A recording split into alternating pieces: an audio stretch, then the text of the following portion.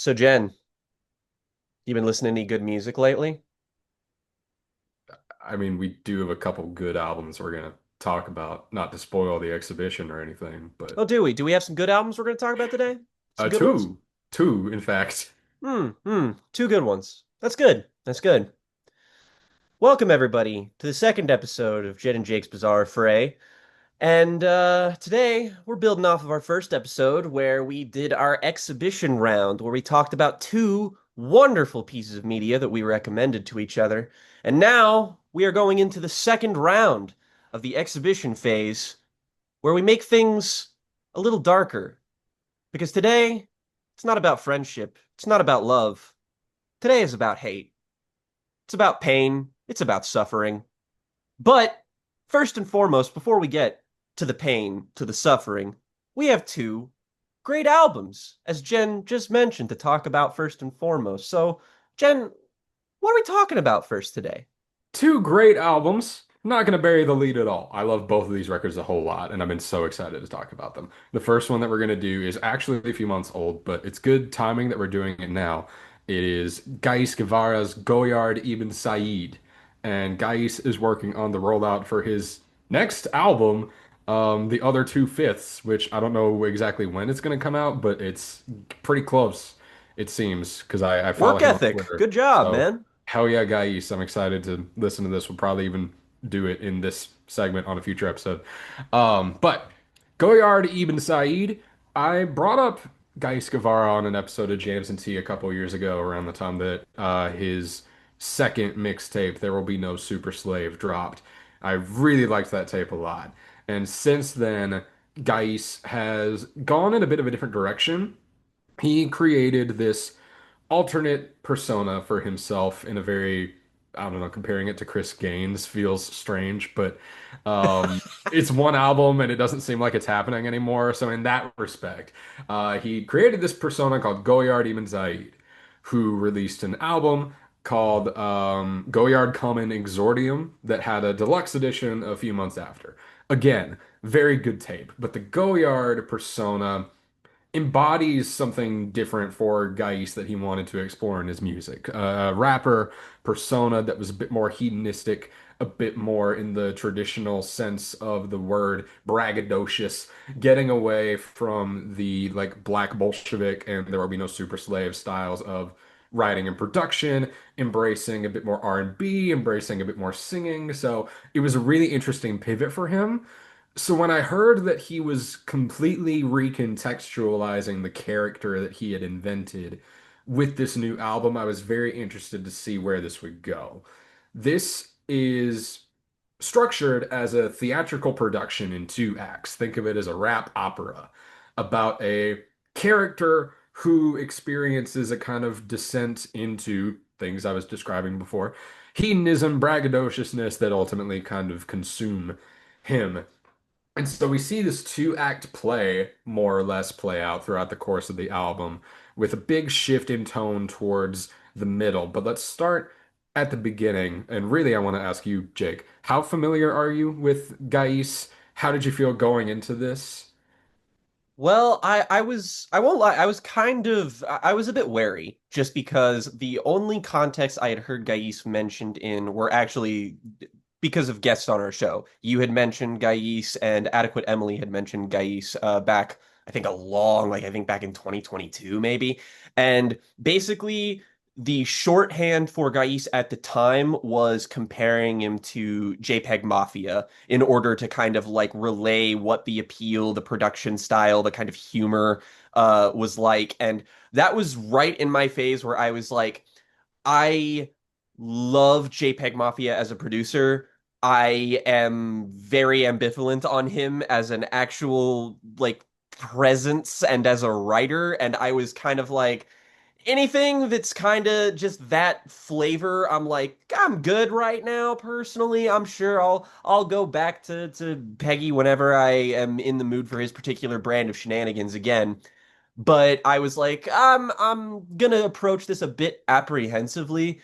But much to my shock, not a lot here really struck me as being all that derivative of him. Like, I mean, there are moments where the humor, maybe even the delivery, can kind of orbit the same thing, but expectations wise, I mean, honestly, I just kind of went into this and about halfway through, I was like, I'm enjoying this the way I would any other hip hop album, frankly.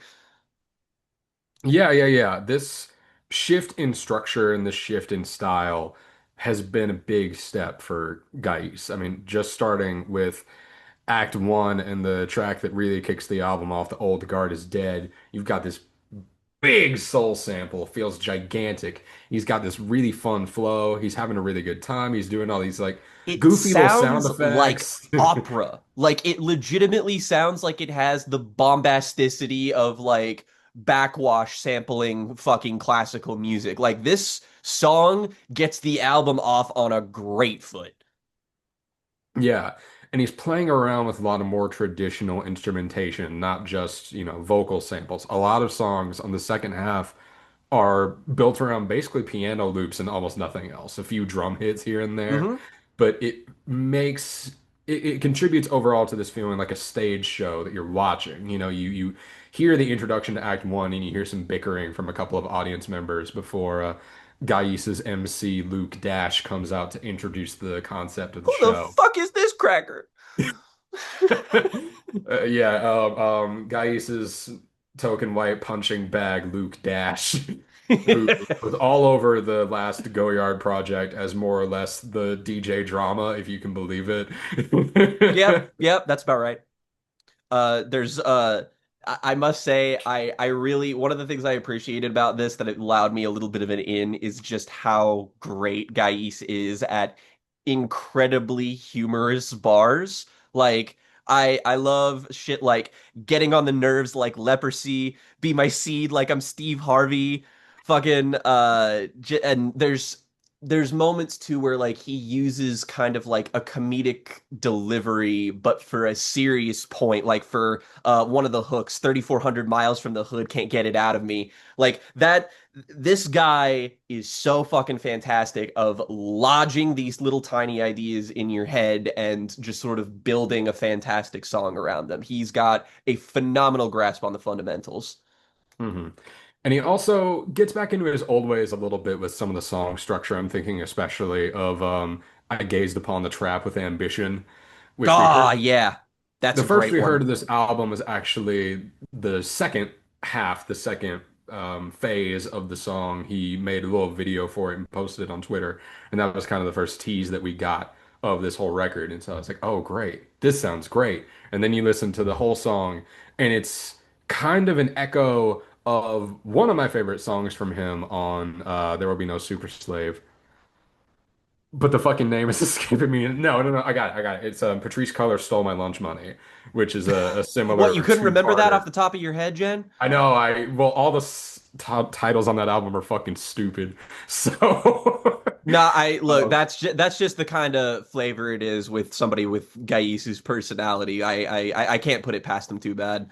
that's another place where I think the JPEG comps come in, is the ridiculous titles that were all over that album, which isn't as much of a thing here. But don't get me wrong, I Gazed Upon the Trap with Ambition is a little bit funny. Oh, fucking killer stuff. Absolutely killer. There's also like a bunch of guest verses on here that frankly like really stood out to me. In fact, the sort of common theme this week for both of these albums is going to be the phenomenal fucking guest features. I'm talking about the Yoko McThuggin feature, which is Great. cold as ice. And naturally, we have an elucid guest verse on here, which is great as always. His words are just, they always cut like a jagged knife. And here's no different. He's actually kind of operating with a bit more of a, what I would deem an accessible flow, which works better for this kind of project. And I think one thing that really impressed me about this is that other than like the presentation of this kind of being a little bit elevated, is that to me, this is very much an album of two halves. And like the first half is way more oriented around braggadocio and, talking yourself up and a little bit more humorously oriented.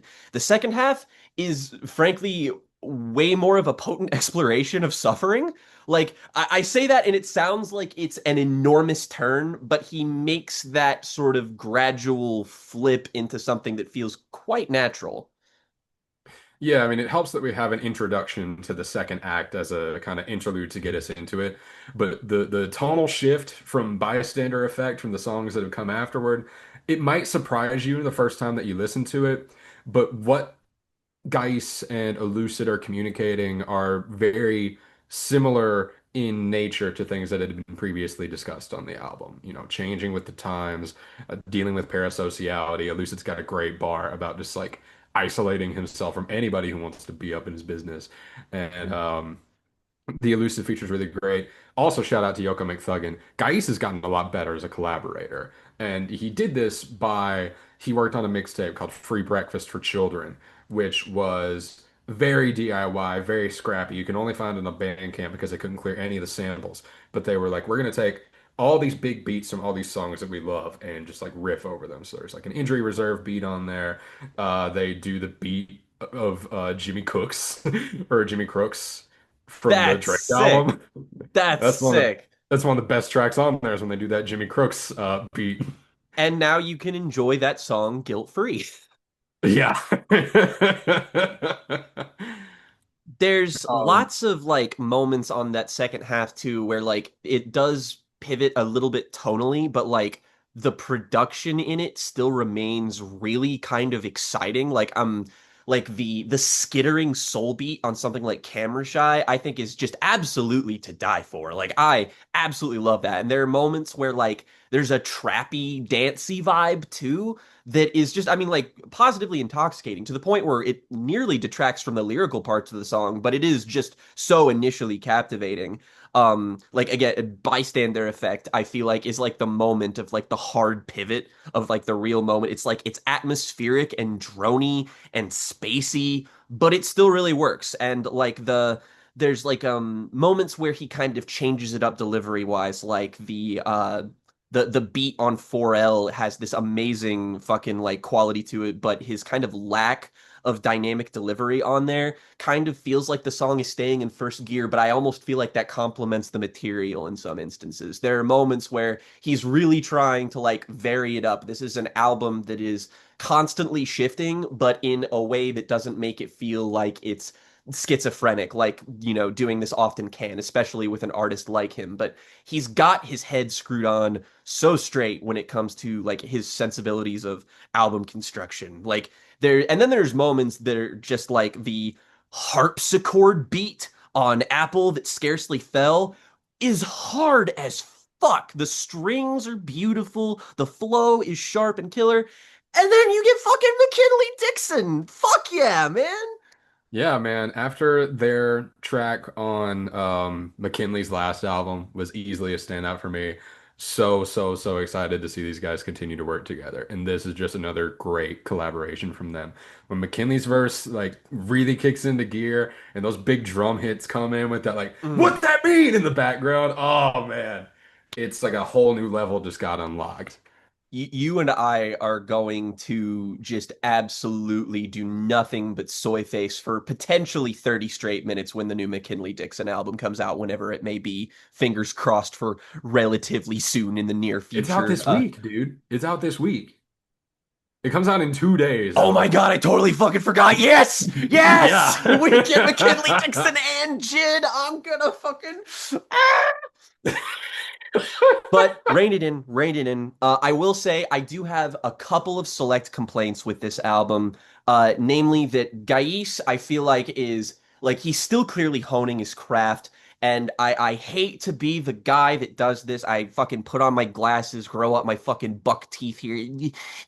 The mixing in some parts. Listen, when I say that the mixing in some of these parts is not up to snuff for me, I have a very specific reason for saying it, and it's that sometimes the production feels like it does seem as though it is eclipsing Gais's delivery.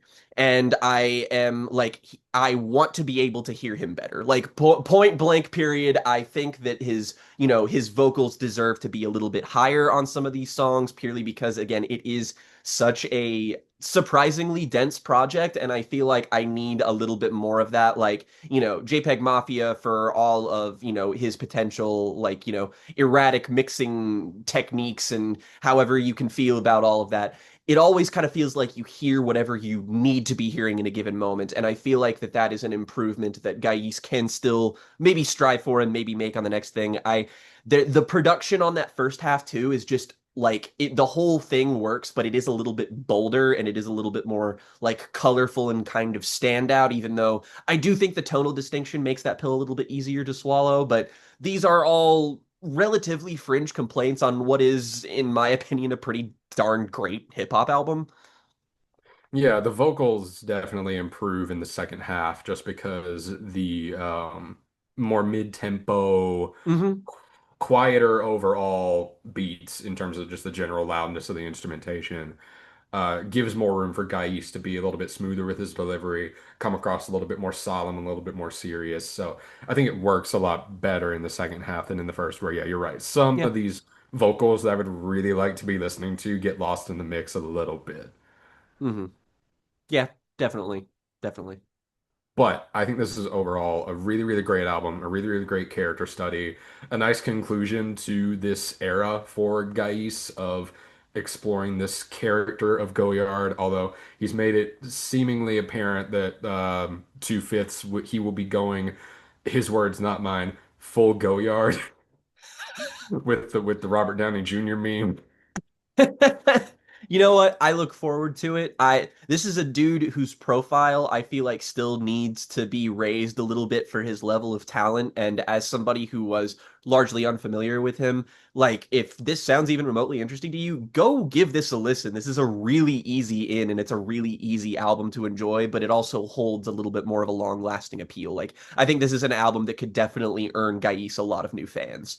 It's got a lot more narrative decor Hmm. than a lot of hip hop albums that we've gotten this year, which gives it a really unique flavor that even as I'm listening to other big releases that I'm loving a lot, I can't get anything like Go Yard Even Saeed anywhere else. So I keep coming back to it.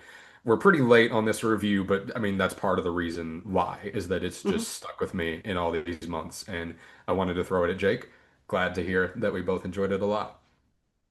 Yeah, thumbs Thumbs up. up for Big thumbs up. Goyard. Thumbs up for Absolutely. Goyard. Hell yeah. Jake, what was your pick for album this week? Well, another year, another Billy Woods album. The our previous podcast, we one of our most continually celebrated artists was that of Billy Woods, and we kind of spoke on that when we talked about our favorite rappers video earlier this year. And honestly, like I took a look at Billy's discography, which he's been making music for maybe a lot longer than he's been super popular, kind of in the public eye on the internet, so as it were.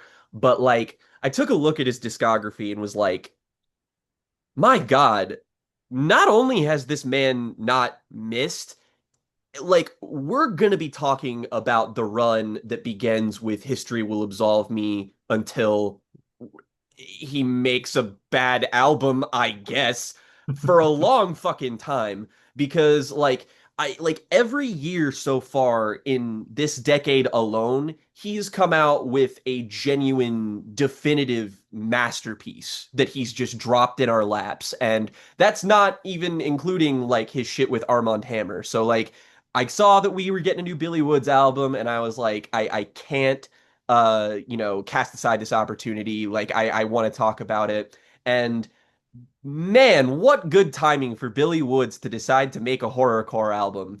Uh this new album, Gollywog, is like you take a look at it, and instantly I was kind of thrown for a loop because every single track has a very notable feature on it. Not all of the tracks are super long, honestly. It's actually got quite a few songs on here, but it is kind of a normal album length for him.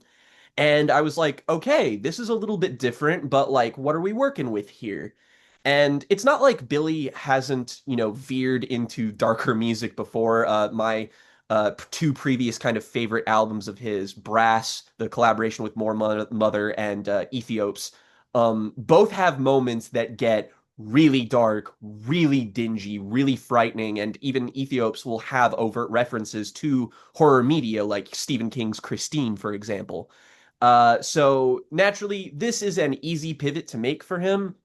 And you can feel it. These beats are kind of rustic and worn, and like I would almost describe some of them as feeling gothic in nature. There is a tactility to them. They do remind me a lot of the work that he did with Kenny Siegel in the past, where on albums like Hiding Places, these really kind of memorable but very textural, not necessarily hard hitting, but they create a kind of atmosphere about them. Like the opener, for example, is this like it's super chilling. It's got this music box tinkling, and it just creates this great imagery. It's, classic Billy using this like esoteric prose describing a kind of space to kind of imply detail rather than force it. Like we kind of talked about how clipping often do that in their music, and I got kind of clipping vibes from how this was going about it. And like something I noticed on this album is that even Billy, for his often kind of monotone delivery, he sounds extra defeated on this album. Like, not in a bad way at all, but in a way that initially quite disarmed me.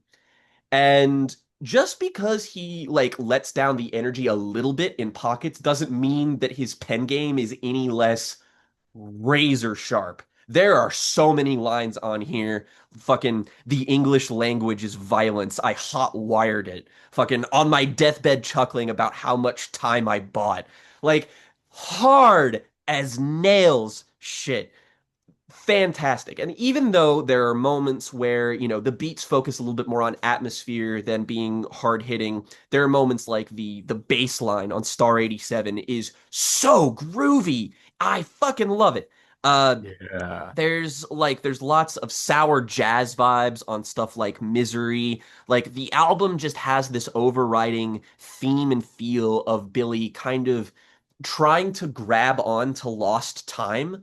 In a lot of respects, it's kind of a thematic inversion of what he was doing with Maps, where it was all about, traveling, like making a living, constantly being in motion. Whereas this is a little bit different. This is sort of him, like, it feels like that he is just kind of sedentary and also kind of like watching things go by, and just kind of time is just completely escaping him. And there are moments where he will like employ fades, like in Misery, for example, like at the very end, the choice to have him fade out is so like distinct, and it cuts when you actually manage to hear it. And like these shorter paced songs were something that I wasn't really sure about initially, because Billy's a guy who kind of thrives on density and detail. But with the way that this all flows together, it manages to feel like an ever evolving piece rather than something that's just kind of constantly kneecapping itself, or, constantly ending things before they actually get started. And I really, really appreciated that about the flow of the album.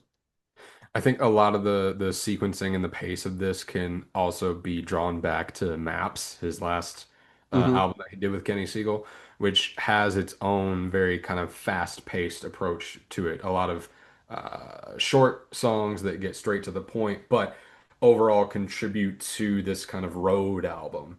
And the Hmm. same can be said for this, something that I've been thinking about, just looking at the cover art and just thinking about the concept of the Wog and the doll horror is actually one of the segments from Tales from the Hood where have you seen it? Do you know what I'm talking about? I'm familiar with it, but I haven't seen it.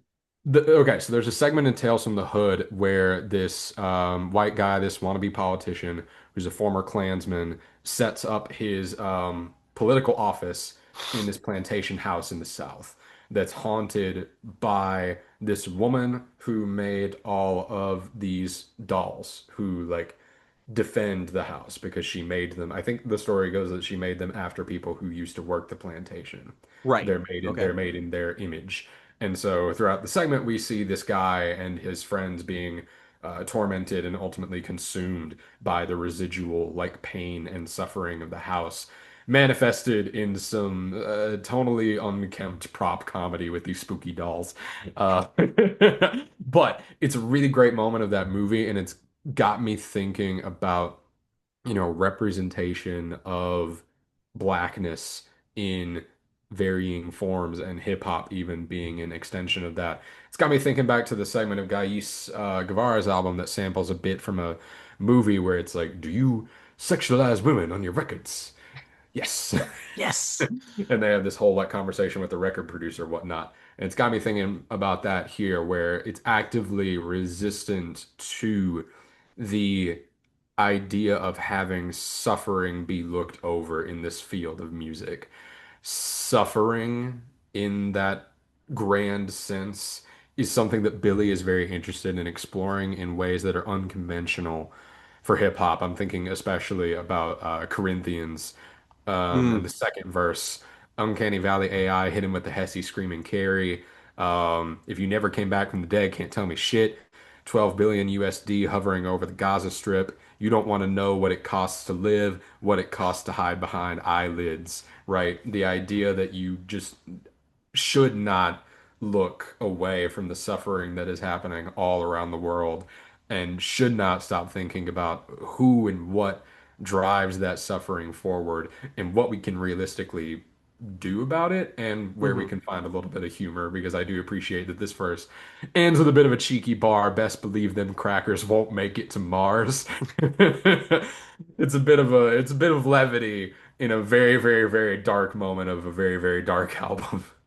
It definitely is like one of his true like darker works, but like you say, there are moments where for instance, there's the Bruiser Wolf feature, which in its own way is kind of unnerving to me, but it's odd and uncanny sounding. It's just kind of a perfect fit for the vibe, but it's also not something that feels like you're supposed to take it super duper seriously. There's almost like a vaguely amused tone that feels very askew there that I really appreciated. And he's leaning a lot into horror imagery here. There's a reference to Black Christmas, for instance. But then there's a point, basically it's when you hear the beat on Waterproof Mascara, which Yeah. is fucking chilling. These sounds of a woman crying in not just a woman crying, but like a woman ugly crying, like in a way that feels like awkward to listen to. And like there's these distant harmonies that you hear, these marching snares come in. And then Billy's got one line on here, which is, I saw a slave cry for his master waiting to break kayfabe. And I was like, oh my God, man. It reminded me of when he had that line. I think it was on Maps, where he said that sooner or later, one of these days, there are going to be two active shooters in the exact same place. Great minds, like that kind of shit where you were just like, oh man, I need a fucking minute. Yeah, And another like gut punch of a line from Maps that I'm thinking about while listening to this is like, they don't want the truth. They want me to tell them grandma went to heaven. oh God, that this This is not a album. review of Maps. This is a review of Well, Gollywog. we have a review of Maps, but that's the thing though, is that it almost feels like these songs are expertly engineered to deliver these lines. But there is still moments where it kind of feels like Billy is kind of treading new ground for him specifically, like the soul sample on Counterclockwise, which is beautiful, like absolutely fucking gorgeous, like a moment where you kind of need at least an aesthetic reprieve on the album. But Yeah. like the Corinthians you mentioned, I love the slowly ramping intensity of that song. Like there's kind of the plateau of the beat halfway through, which is just completely sublime. Like this is the closest Billy Woods has come to making a legitimate banger. Like regardless of what it's actually about, but like texturally, that's kind of what it feels like. And man, all these worlds are yours starts out with a bar that like leapt out at me and just like grabbed me by the throat. Like it's today I watched a man die from the comfort of my own home. No rush, real slow. This is a song that is about what it's like to just live in a world where it feels like every screen is a window into a different planet. and the horror of putting them all together to acknowledge that it's the same world. It hits. And Elucid on this song saying, "How much would you cost?" That's like the line of the year to me. Is it's just Yeah. like that one single bar is like that's the whole album to me. Is just contemplating your own worth in the context of everything, the worth of someone else, how our worths are quantified, how they're commodified, how we're seen by other people. It's like again, the writing in here so on point. There's Maquiadoras, which has a line in the first verse, which is "We'll all drown in our flows," which is just like, mm, bars, absolutely fantastic. Adolfo Lapins has this amazing jazz beat. Black Zombie is maybe the most prescient thing on here. This is some of the biggest maximal macro Billy has tackled. It's, furthest thing from subtle, but not supposed to be. This is ow, ow, pain, taking damage. And He uses a then fucking metaphor from Dune to talk about capitalism and colonialism, and and it works. Like he perfectly put understands too. the oil's got to flow. And and then the kind of final fucking haymaker of this album, you have Born Alone, which is crushing. Like this, the detail of the gunshots attempting to kill Billy, but he keeps rapping like he's one of the aforementioned black zombies from earlier, kind of adds to this like really great stretch of songs here, giving them a bit of continuity. But the lead paint, this may be the best beat he's ever rapped over. I mean, this is hypnotizing shit. I wanna like again, this is like epitomizes so much of what I know we love about like hip hop and horrorcore and like blending these things together is he has the line "Every black life a thriller" is just like ooh, ooh, fucking spit. Like it's so good. It's so fantastic. It's constantly kind of shaking itself up with its sort of shorter structures. Like this is probably one of the more like it's not one of the more thematically accessible Billy albums, but in terms of just like what people tend to look for in albums like this is probably something I would throw at people to be like, "Hey, I'm interested in getting into Billy Woods or I'm interested in more abstract hip hop." This is probably going to be one of the things that's easier to swallow. It's not as dense as something like Brass is, but it's also not as elliptical as something like Maps or Ethiops. It's occupying a very nice middle ground that it maybe isn't the most like robust thing that he's ever made, but as just an exercise to explore this facet of his potential sound, like this is another universal winner for me. Like I may just be incapable of criticizing Billy Woods at this point, and I've long since accepted that fact. Like he is one of the modern goats to me, and this just continues the streak. Yeah, it's incredibly focused sonically and thematically, which lends to its accessibility, right? If you know Mhm. you can stomach something like this, it does what it says on the tin, which is a nice appeal for a Billy Woods album to have. I really, really hope that Gollywog kind of lasts in the legacy of his discography, because after revisiting some albums of his in preparation for this episode, this one really sticks with me for, reasons of my personal taste of I love this horrorcore shit. We talked about that a lot, but and Billy's production and his lyricism, it just somehow keeps getting better.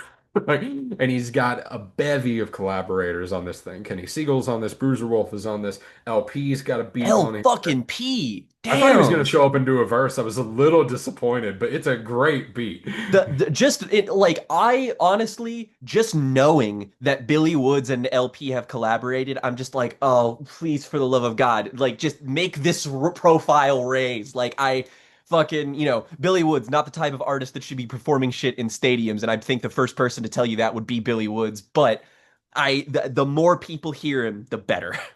Yes, absolutely. All right.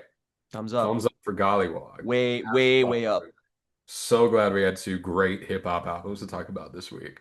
Yeah, it's so nice talking about good things. I love talking about good things. Now that we're done with good things. Now that we're done, not completely done, but I want to No, yeah, presage. we're not done talking about good things, but. I want to presage this a little bit with recently Jen actually came with their partner down to stay with me in my apartment as you attended a music festival, and we went out. We were joined by Morgan. We went to go see the new Mission Impossible movie. We got stoned, had a good time. And can I just say that the entire time we kind of joked and had a bit of rapport about it, but like being in the same physical space with you after we've recommended these things to each other felt like every conversation we had with a loaded gun in our pockets. Like the entire time, I like we would just be talking, we'd be shooting the shit, having a good time. We'd be walking downtown, we'd go to the diner, go to Tally Ho, get some food, and the entire time I'm sitting there like, I'm gonna fucking get you. I'm gonna fucking do it. It was like a The duel whole that time. lasted through the whole town of Lexington. Yeah.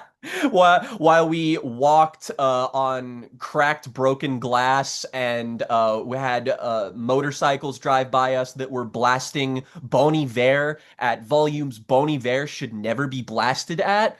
Um, It was a great Kentucky night. is a very fun place. There's a mural of Jelly Roll here.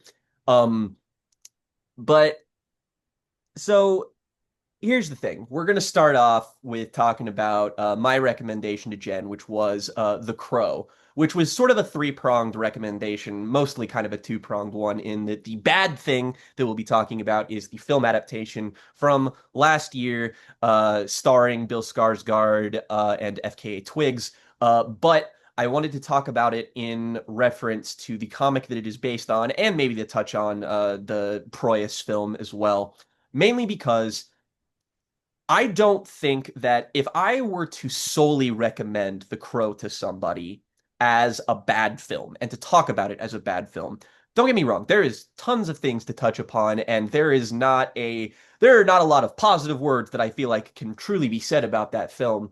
But in order to fully understand how rotten I feel that film is, you have to know what the source material is and what it does to it.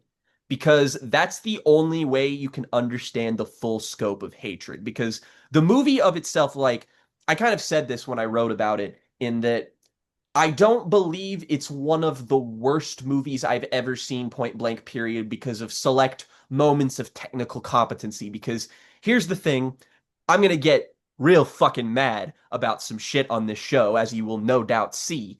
But I feel like Jen and I, in our media diets, we consume a lot of bullshit. We consume a lot Garbage. of terrible art.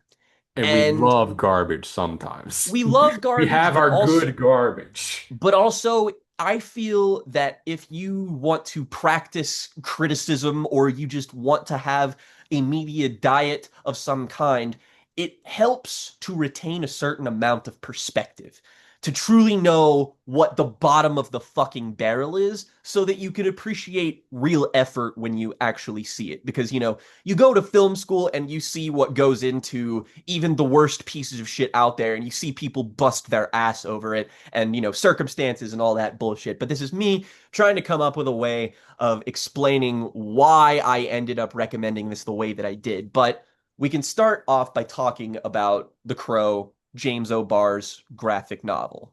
Yes, I would Now, love to talk about the book because this is my first time reading The Crow. I had seen the Alex Proyas, Brandon Lee starred film adaptation several years ago back in college, and I love that film. It's been a while since I've seen it. I didn't bother rewatching it to prep for this episode because I got a little crunched for time. But what I want to focus on with the book is a couple things.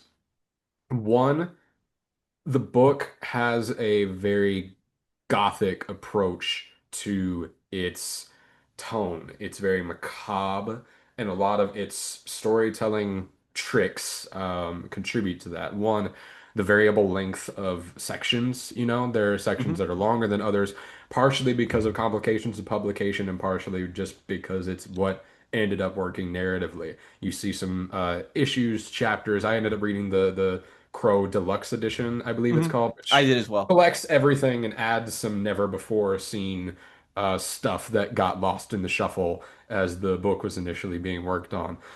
So this is, for all intents and purposes, James O'Barr's. ideal version of his original work.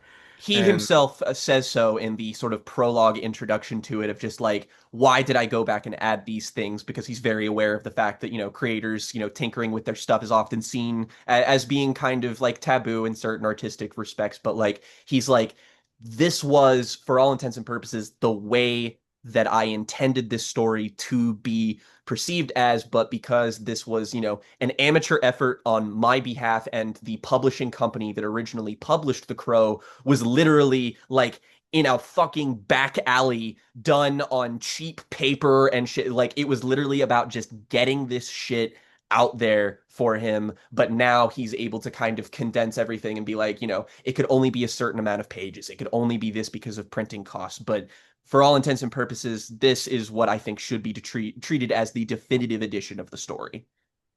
yeah, and so if you're not familiar with the story of the Crow, I'll give a little bit of a summary. Story starts with a guy named Eric Draven waking up in a kind of liminal afterlife space after the murder of himself and his fiancee, Shelley. And he ends up going on a quest of revenge to take out the people that did this to them. And he does so with the help of some spirit guides, a sympathetic police detective who kind of figures out what's going on, and a young girl by the name of Sherry. Sherry. They made the right decision changing that name in the Brandon Lee movie. Uh, They did. It gets a because little we wires have crossed. Shelley and Sherry. Uh, But he goes on this quest of revenge to kind of reclaim himself and move on from the tragedy that he faced. He is the victim of a crime of spontaneity and is given a spontaneous chance to redeem himself by taking care of business, right? And ultimately, by the end of the book, absolving himself of decades long regrets that go far beyond his relationship with his fiance and his constant inability to take action in the face of danger and pain and suffering. The whole process of him becoming the Crow is about being able to take matters into your own hands and being able to fully embrace justice in a way that, and I say this with love, in a way that can come across as very reactionary, Oh, but totally. Like, completely agree. it's a very reactionary, thorny, emotional book. But I love it because it doesn't pull any of those punches. It doesn't want you to think that Draven is ever particularly, what's the word I'm looking for? Ethical about his pursuits of Righteous. justice. Like this like if you describe this plot to someone, it's like, oh, so this is basically supernatural Death Wish. And like the ways in which it is reactionary differ very much from something like that, but mostly in the fact that it's like this is not a story where anyone in it is going to like beyond the pages of this story is there's no real like happiness to be found. Like there's like redemption exists purely in the eyes of somebody who wants to kill people who were responsible for something bad, and that's it. There's no moral redemption. There is no getting something back that was lost. There is no like there is basically nothing here but the desire to kill other people who wronged you, and that is basically it. And Obar has written a lot about how these feelings are kind of messy for him. And ultimately, though they inspired a book that he is very proud of, he's worked very hard to get away from because the inspiration, where the story more or less begins, is he describes an incident where he calls a friend to come pick him up, and the friend dies in a car accident on the way to get him. And working out his own feelings of regret for something that is out of his control through the creation of this character who embraces or who represents and embraces a lot of the affect of works that inspire him, emo music, classic literature, gothic horror, all things that have reactionary edges to them. but ultimately contributed to a very kind of therapeutic creation of fiction. And I fucking love the ethos of all of this.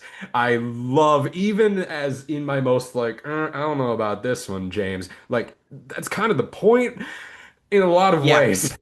Yeah, that's the thing is that I got to revisit this for the first time in a couple of years because like as I mentioned in the previous episode, this is my favorite what I consider to be my favorite graphic novel. And I kind of got to rediscover why it's my favorite graphic novel all over again, which was a nice process, honestly. One of which being in that like first and foremost, this is my favorite work of visual Gothic art ever. Because, I mean, like, you look at these pages and stuff, and there are so many striking images. There's so many, again, that just kind of bleed that monochromatic, late 70s, early 80s kind of burgeoning Gothic scene that's inspired by, like, lots of music and lots of counterculture, lots of punk music and stuff. But for every gorgeous, beautiful, layered image you will see in this, there is something gnarled and ugly and weirdly drawn and disproportionate. And like, there are just as many ugly images in this novel as there are beautiful ones. And I don't even mean like images of violence and images of beauty. I mean that there are many panels of this that are just straight ugly to look at. But in that way, it is completely synchronous with how you're supposed to experience it. Like it has a kind of like hand spun appeal. Like you can tell that this is somebody's like one of their first like real things, and it has such abundant passion put into it, but also there are amateurish edges that you can see, but it adds a human touch. You feel like a real human being drew each one of these things. And like when we talk about great graphic novels and great manga and stuff like that, will often look at people who are seen as like these prodigious talents who can make these images that you could put in the fucking Louvre for all you know, that are just like so fantastic and so well put together. And those things should be celebrated. I love those things. My favorite mangaka are like Kentaro Miura, who people who have been drawing like god level prodigious shit since they were 10 years old. But what I love about The Crow is that it's malleable in style, is that it is gothic in every way something can be gothic. And what I also love about it is something that I probably didn't put together that I was so like into this aspect of it when I initially read it, but it completely like it is absolutely the part of it where I'm like, oh, this is what I took from this. Like I can see where my own writing and my own creative endeavors stemmed from this in the sense that this is one of the most heavily referential works of art I think I've ever experienced. You can't turn a fucking page in this book without seeing a quote from Joy Division songs, or a quote from fucking Baudelaire, or a quote from Voltaire, or like it's just every fucking one of the segments that's added into this, which I think is one of the like most striking and beautiful images from the entire novel, that of Sparkle Horse, which obviously is in reference to the music. But like there is such a like this is a tapestry. This is a collage of gothic art channeled through somebody who is, working through some real shit. Like I want to touch on that too because like this is a story that clearly comes from a real place. And the one thing that I'm really like I'm glad you mentioned it too is that like James O'Barr kind of in the forward of this, you really get the impression that like while this is a story that obviously like came from a great place of great pain, he seems like a very emotionally healthy person. He seems like he grew, he seems like he could kind of like put this behind him in a way that is not, it could be like something like this could ruin someone's life forever, honestly. And that's something that like, when we talk about art like this, there's a danger of kind of deifying the concept of suffering for your art, or like turning suffering into great art, that I don't believe in, and that I think is like kind of gross and weird and kind of like devalues the actual process of artistry. And so I respect him a lot for being able to kind of put him some distance through himself. Like, and I'm just sort of glad that someone like that, like, I don't want someone 30 years after they write The Crow to still be feeling sad about the stuff that made them write The Crow. Like Yeah. that's shitty. That's awful. But like still, this is something where like somebody he loved, as he kind of puts it, like, he said kind of goes through this story of talking about like the police in the area like had given him tickets. They knew his license plate, they knew his car, and he needed a ride home. So, he called somebody to come and help and get him, and then they were hit by a drunk driver and then they died. And that is like, and he kind of explains the process of just like, it was like, what do you do in the immediate aftermath of that but blame yourself? Like, how do you not immediately leap to that? And He then he even kind extends of, this to the death of he even extends this to the death of Brandon Lee.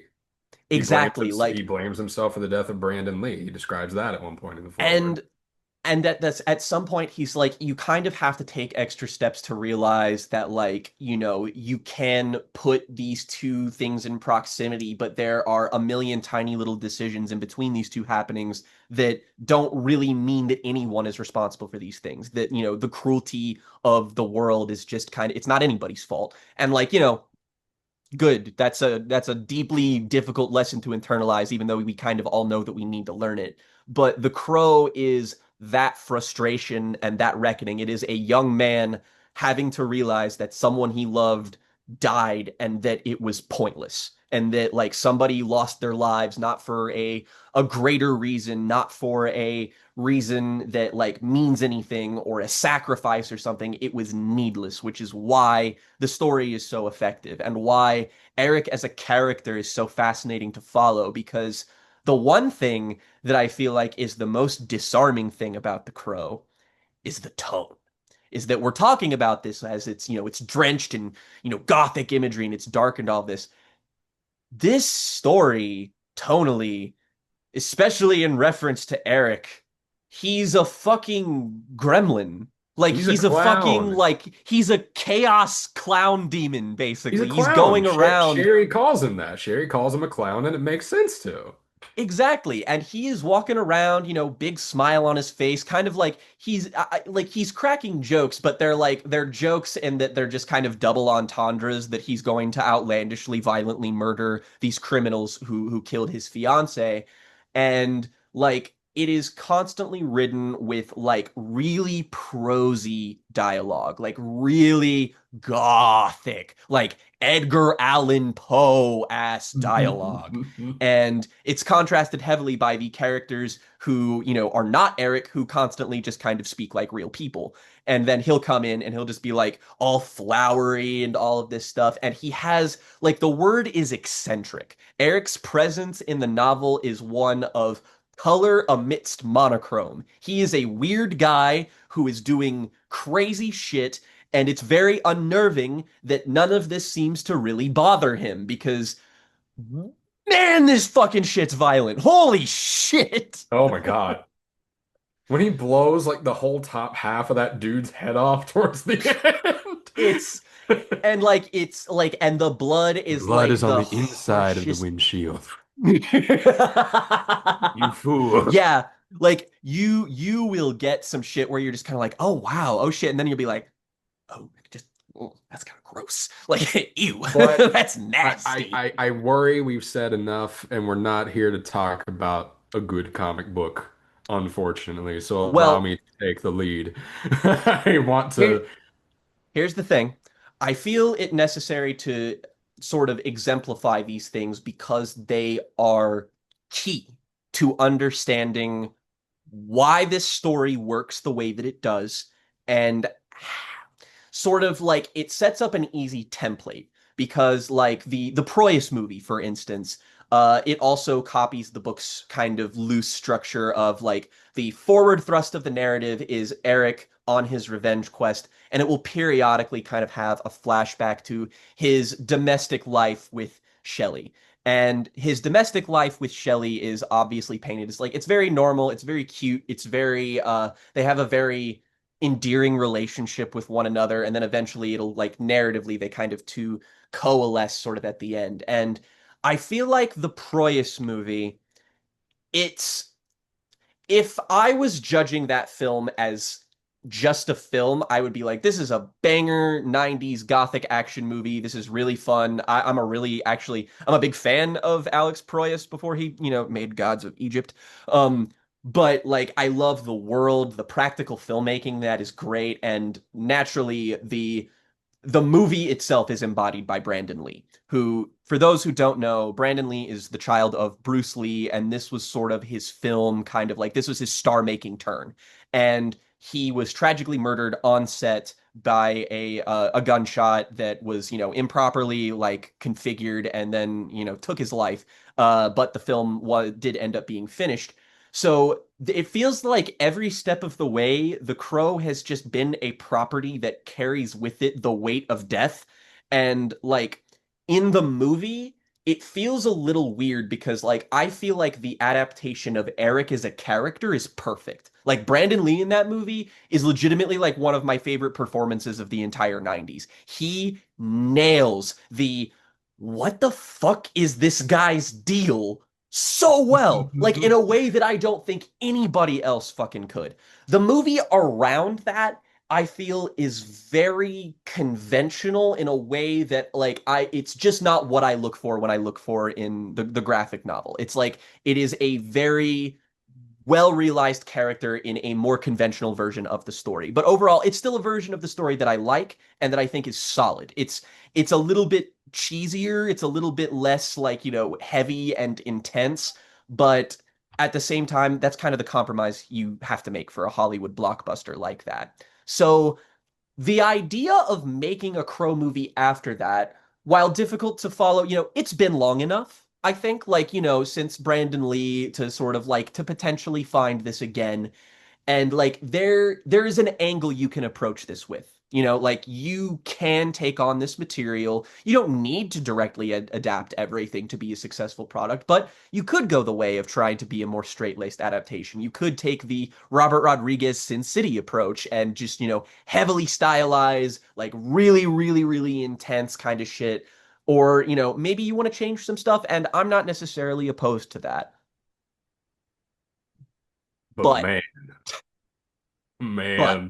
but, so this to me, this movie, The Crow, 2024, this screams troubled production to me. This is a movie where every single second I'm like, how many rewrites did this take? How many people were attached to this and let go? Like how like I'm not totally sure about the history. I know they've been trying to get a Crow reboot off the ground for a while. There were several versions of a Crow reboot from like 2008 onward that barely got anywhere until now. And frankly, that's the only reason I can conceive of this being the way it is that the versions of this story that they tried to get off the ground feel like they were probably stages in a game of telephone.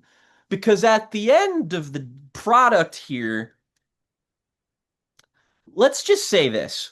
When I rewatched this for this episode, because I watched it last year, when I rewatched it, I was like, man, this is Joker. Both of them, actually. It's both the Joker movies I didn't see the other one, with a but Bill Skarsgård coat of paint. Because they're I don't want to say there's no resemblance, but like I turned to Rhiannon when watching this movie about an hour into it and looked at her and went, yeah, everything that's happened so far, nothing is in the book. Not none of it. Absolutely none of it. this movie honestly surprised me with how many strange decisions that they make. And I want to talk about adaptations for a second because this is Please.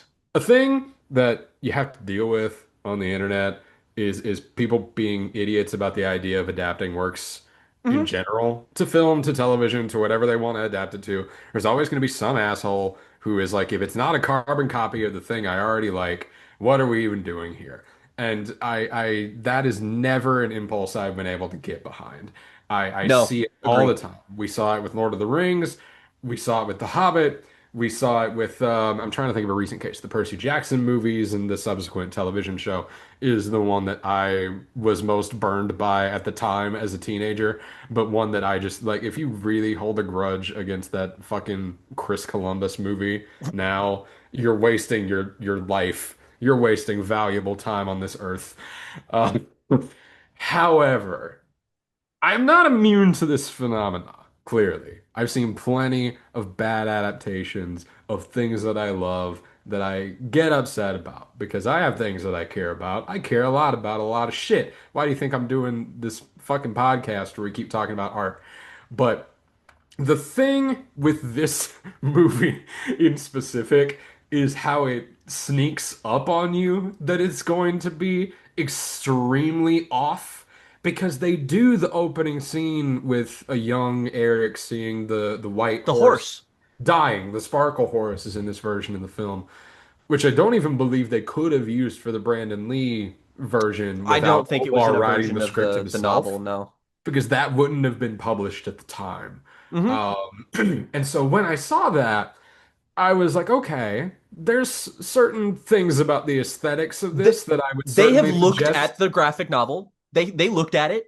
Yeah, they looked at the thing, they saw a thing that wasn't in the Bruce Lee in the Brandon Lee movie and said, let's put this in here to make sure that we get it. And I was like, okay, there's something here. And there's a goofy but fine credits sequence that Bill Skarsgård actually filmed himself, which is very strange. Uh, he's in I all didn't that know that. goo. He's in all that goo. It's Um, I saw it and I was just like, ah, yes, David Fincher's The Girl with the Dragon Tattoo. Good film. yeah, sure. But then you you get the first scene with Danny Houston. So this movie, we've told you the premise of The Crow. This movie is about a guy who made a deal with the devil for immortality, only he has to kill a bunch of innocent people. And one of these innocent people just so happens to be recently escaped mental patient Shelley, who comes onto incriminating footage of her killing someone that he is blackmailing her with, and he has her hunted down and killed when he discovers that she got access to the video. And wow, man, this whole first act is rip off of the Pattinson Batman movie. And Yeah, it's so like it, it's even like it's like did you get FKA Twigs because like you can kind of fit her into a Catwoman shaped hole if you squint hard enough like they're the idea here, like tonally, it feels like when we get the introduction of Danny Houston, the movie feels like it's echoing fucking Constantine. Like Charmed. Danny Houston shows up and like he's like a vampire, but he like sucks people's blood with his hand.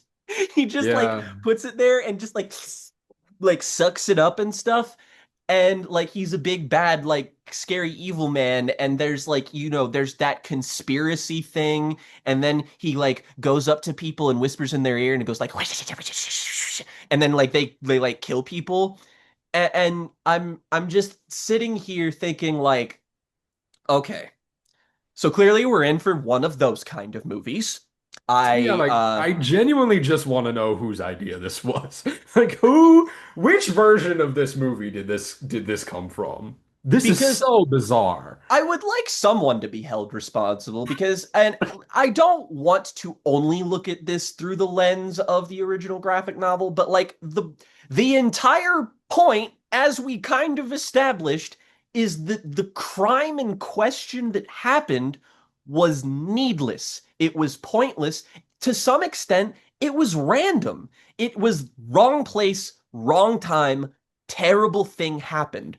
So the idea of inventing an hour's worth of context as to why Shelley's death occurred in the first place by making her responsible for murder is like, is that the furthest thing theoretically you could possibly do from the original source material because I have trouble like beyond like taking this and making it into a rom-com.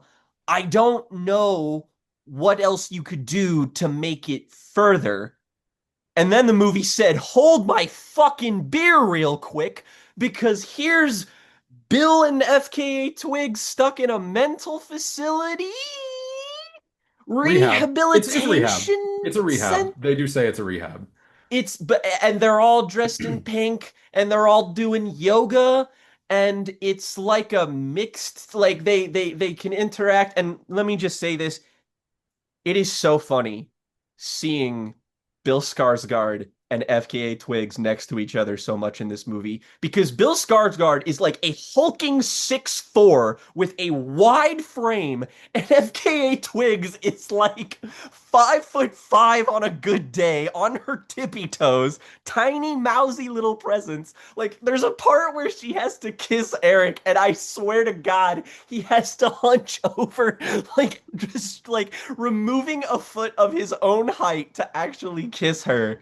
And like their characterization in the film is like what kills me about it is that they meet each other in this mental facility and like they know each other for like a week, if that even.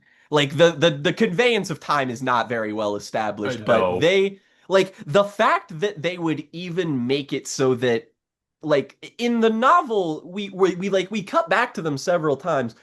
Eric and Shelley are engaged to be married for a very long time. They have been together for years.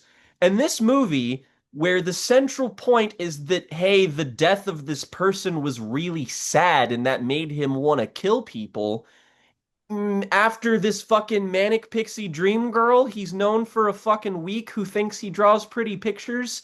And then, man, when they escape God, from the the mental fucking asylum, when they drawings in this escape movie. and when they drop Disorder by Joy Division, I think I let out every expletive in my fucking vocabulary. I was like, this movie soundtrack pisses me off something awful, man, because the score alternates between weird kind of house inflected techno like trying to be fucking Atticus Ross and fucking Trent Reznor so fucking bad, and then occasionally it's kind of post-punk inflected gothic rock, and half of the songs are like weird shiny pop songs, and then the other half is like 70s post-punk songs. And I'm like, dude, the playlist for the soundtrack is in the graphic novel. Just fucking look at it and then don't.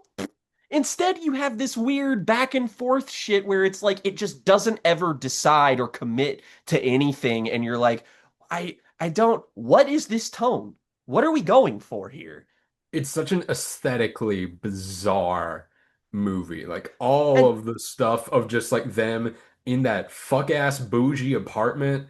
Like, okay, oh, a big mm, element of the novel that is very endearing to me is that Eric and Shelley are broke. They are poor. broke. There, They are there poor is as hell. not like there is not a good place inside of the Crow graphic novel other than a bathtub. A That is the bathtub. nicest looking place in that entire story. They're joking about drinking like $2 champagne. Hmm. Meanwhile, in this fucking thing, what is bro wearing? The costumes in this movie before The he even becomes V-neck the that crow. goes down to like his nipples are visible because of the way the shirt is cut. What are you doing, bro? He's dressed like Machine Gun Kelly in 2018. He is 100,000% dressed. Like in my initial letterboxed write up for this puts this about as concisely as I can in that somebody actually thought we should adapt The Crow, but it looks like the main guy listens to Black Veil Brides and Falling in Reverse instead of The Cure. And then the movie got a budget of $50 million because they were like, that's a great idea. And I really want to hone in because this is even worse than the Danny Houston stuff. I mean, Oh yeah. it's connected to the Danny Houston stuff. The worst thing about this movie is that the concept of the crow itself is now wrapped up in this other character's connivance. Like I can't stress this enough. Danny Houston is the main character of this movie. Like He's the only one who has like a journey. the entire conflict revolves around this guy who like made a deal with the devil and this other cosmic entity using Eric as a pawn to get even with it. It's It's not even so of Eric's entire volition. He's kind of doing it because he wants to, but kind of doing it because it was thrust upon him. yeah, like he is called into action by this guy Kronos who sends the crow with him and is like, and oh by the way, you can't die. And they do this weird thing where they treat it as like a lot of bizarre, like what the hell just happened physical comedy. Like Eric, I will say I did kind of like this bit when Eric first wakes up and there's like a dirty cop in his house and he has to fight the guy and he doesn't know his own strength. It feels akin to Hmm. that like Novocaine movie with Jack Quaid that's about to come out. Yeah, yeah, yeah. You can make this work, but Bill Skarsgård's primary emotion once he comes back from the dead is befuddled. Confused. Yeah. He He like is confused. the best one of the key things, like again, the entire reason I kind of let the Proyas movie off the hook is because Brandon Lee is killing it and he's like emulating that, that energy so well. And when I think about, if I got to make a version of The Crow, casting Bill Skarsgård as Eric is not a bad choice, like in theory anyway, because I feel like he can nail that blend of being like sympathetic in the flashbacks as like a normal dude, but also like once he becomes the Crow, he can do that weird, uncanny, dark humor shit. Like, frankly, his performance as Pennywise is closer to the comic Eric Draven than his performance in this is. And that's fucking wild to me. Like, he's so, again, confused and befuddled and just kind of like, huh? He doesn't really have a character much. He's just kind of constantly, like, he doesn't really feel like he has his own agency in this story, which is funny because the entire original source text is about the agency of its main character. So, again, befuddling. The other thing is that, like, not to mention whenever Danny Houston is on screen and they're having like a conversation like this, it's like trying to do this supernatural thrillery thing that's like, again, it doesn't even do it as well as something like Constantine does, a movie I actually like a fair bit for the record. But like like they're constantly like following people and like following up on stuff and like, calling other supernatural agents that they're connected to. And this shit is pure white noise to me. I mean, it is the most stock generic, oh, get it done. Oh, I can't have somebody talking about this. Oh, I gotta go get them. And it is so unfathomably boring to me. And then when we switch to the Eric stuff, we get, you know, he's doing the supernatural thing, but it's all about the mechanics of it. And eventually they get so bogged down in it, they're just like, oh, well, if you save her, you get to exchange your soul for her soul so that you die and she lives.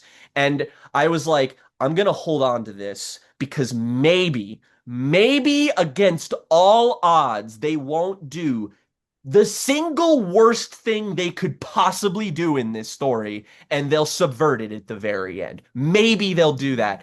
The movie does not. But like just the fact that we're even talking about this, like again, graphic novel presents you an easy fix to this. He comes back, bro is there, says go kill people. He does. Like the The whole problem I have the whole with premise this. of the movie, even with Shelley, is thrust upon Eric, right? He has no agency even with her. She's the one who pulls him into all of this.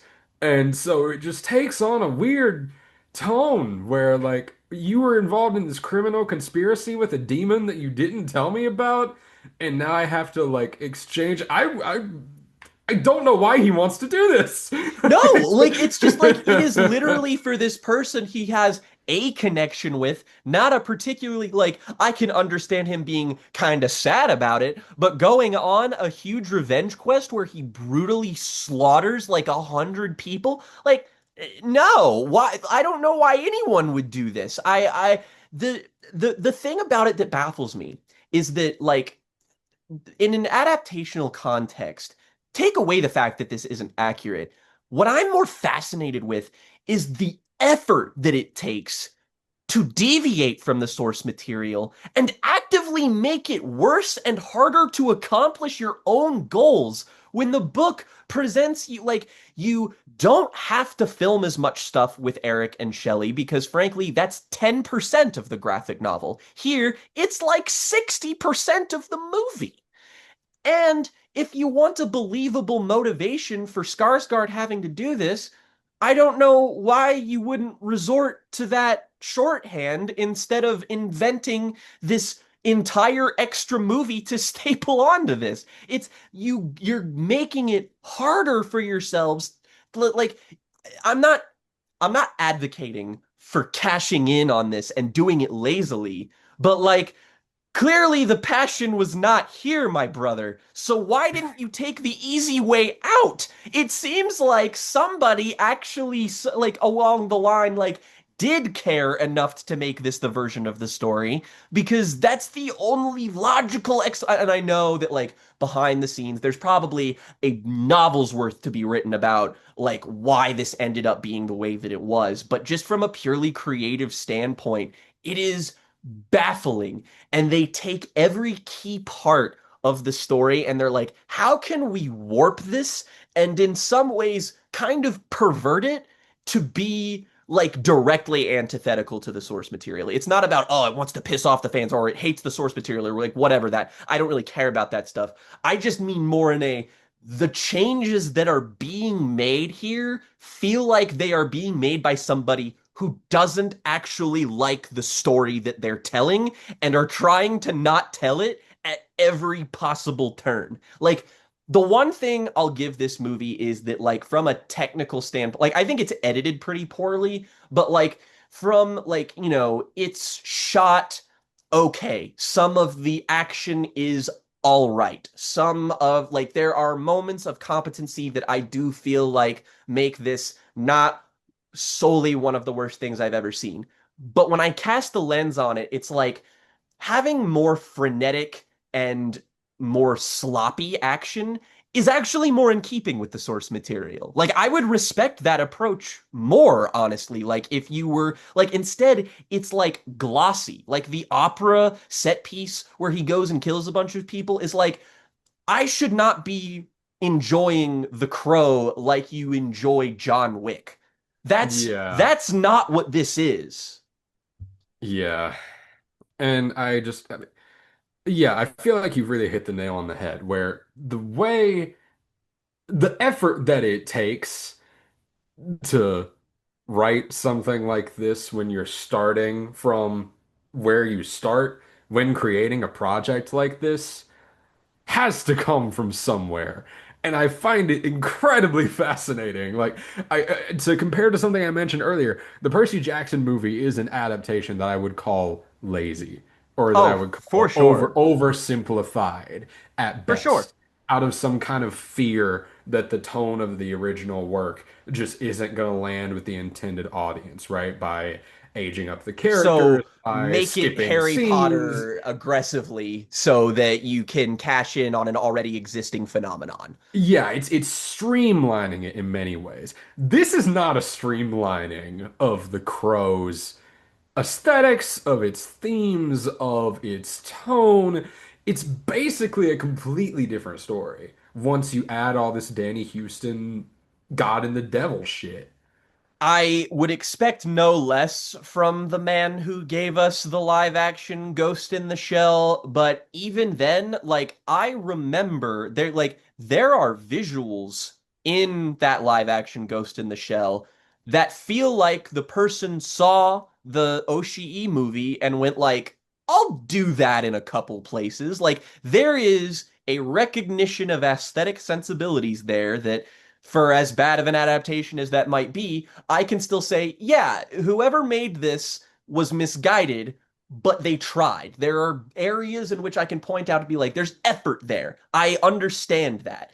This, on the other hand, is just like, where, like, again, I'm not as naive as to think that, everything in Hollywood should be made by people who, deeply care about the thing that they're making about, like, I know that that's just not how shit is.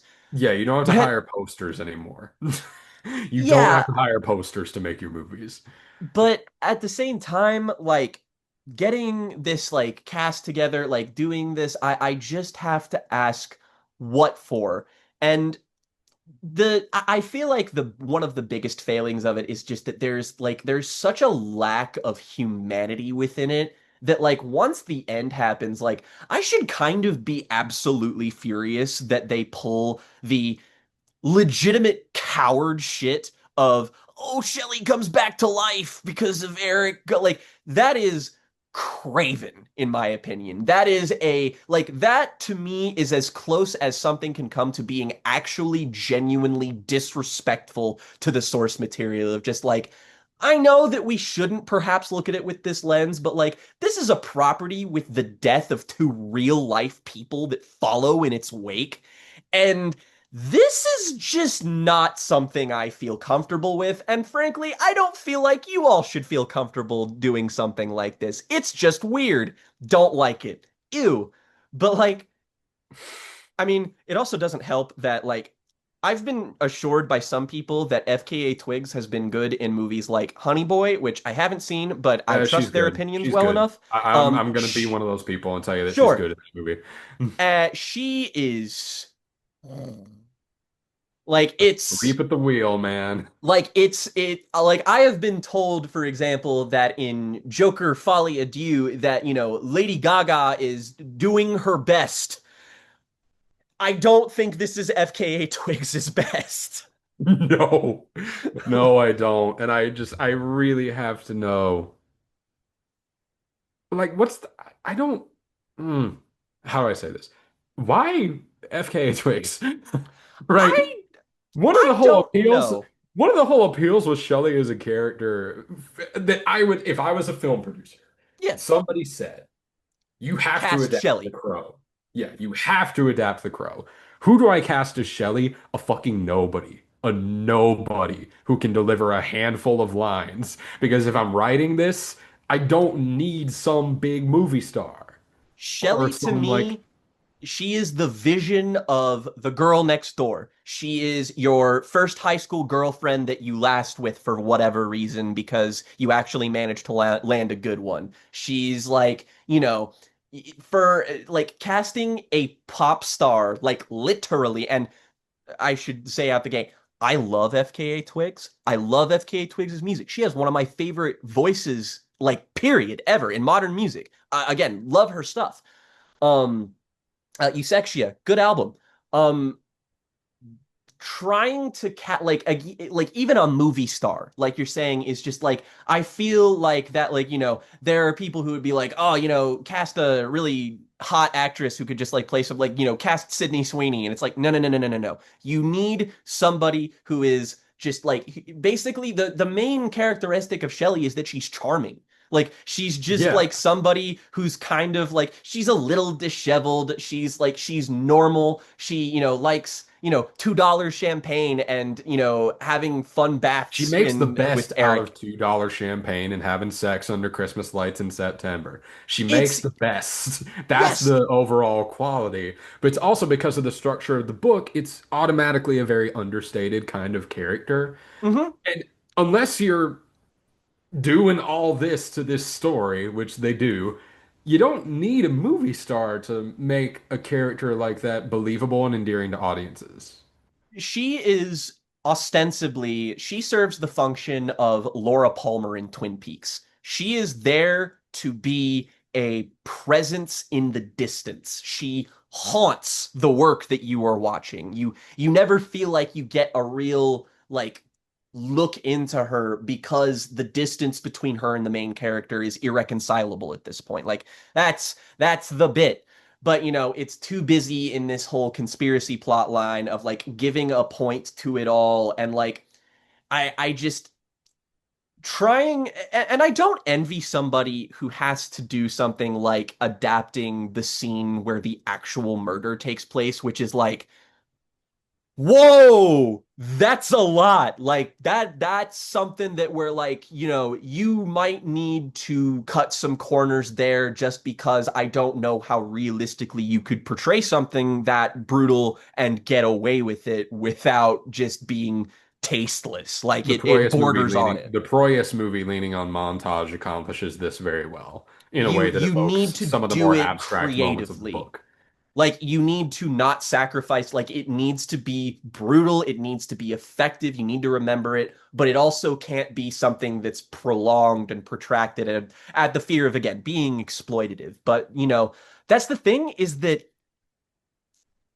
I hate to say something like this, but I would prefer something cheap and trashy and exploitative, because The Crow being this glossy, expensive looking, safe movie is the furthest thing from the graphic novel. Like when it comes to adaptations, I don't really necessarily care about accuracy as much as I care about spirit. Because at the end of the day, like I'm like you in that I try to be lenient, but also because I don't want something to be a one-to-one translation of something else, because that's not interesting. I have The Crow. There is not going to be a better version of The Crow because that makes maximal usage of its medium. I don't want a movie that is just that but moving images. To me, you lose alchemy there. I want someone to take something and change it up to make it different in some way. You just have to have the spirit. And in all fairness, the Proyas movie does stick closer adaptationally, but it does capture the spirit more than anything else, and that's why it gets the okay from me. This, on the other hand, it feels like it spits on the spirit. It's just like, we don't care. We're not even going to try. It is in name only, and like, and can I also just say the Crow costume in this sucks ass. It's so awful. It's just fuck. He puts on a fucking school shooter jacket and some mascara, and that's it. He That's looks like it. he looks like fucking Cody Walsh from Unsleeping City. Oh my God. And like That's what it I reminds me of the most is Cody Walsh. it's fucking you it's literally taken from the Cure album Disintegration. The blueprint is right there. Would it have killed you to buy some white makeup? I mean, come the fuck on. In that $50 million budget, you couldn't hire one more person to put a little dab on his face, and instead you have the fucking like, oh, it's black and it goes down because it's like tears, get it? And it's like, this is such uncreative blase shit, man, that like I don't know what to do with this other than say that like, is it the worst movie ever? No, furthest thing from it. Is it one of the worst adaptations I've ever seen?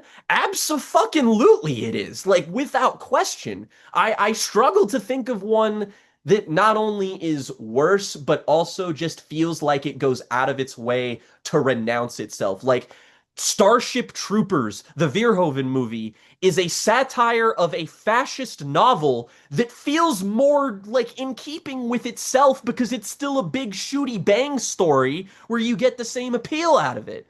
And it's like actively hateful to itself. The rebuilds. We listen, Rebuild. listen. My friend. We're not making any friends, but yeah. Yes, it is. It's the rebuild movies. I burned that bridge already making any friends over those damn United I Kingdom movies. I do feel like spiritually this is kind of the first time I have felt the same raw nerve being struck that I did when I watched the rebuild movies, and I was just like, I not only do I not like these, I feel like they don't like me. Like Yeah, I like somebody did this to me. That is how I feel watching this movie at certain points because there's so much in here. I've been on my big fucking urban fantasy kick. I'm watching Charmed. I'm reading this. And I'm, you and I'm, and I I'm are loving it. we are urban fantasy ass motherfuckers. That is our bread and butter. I have novels because of this genre. And so when I see something that tries to add that kind of edge to it, like I said, it feels like the Constantine TV show. It feels like a bad episode of Charmed, right? Where the characters like walk in to a conflict that's already been happening for like 200 years, and all of a sudden it's just like, oh well, I guess we're here now, and that that show minds that for good comedy.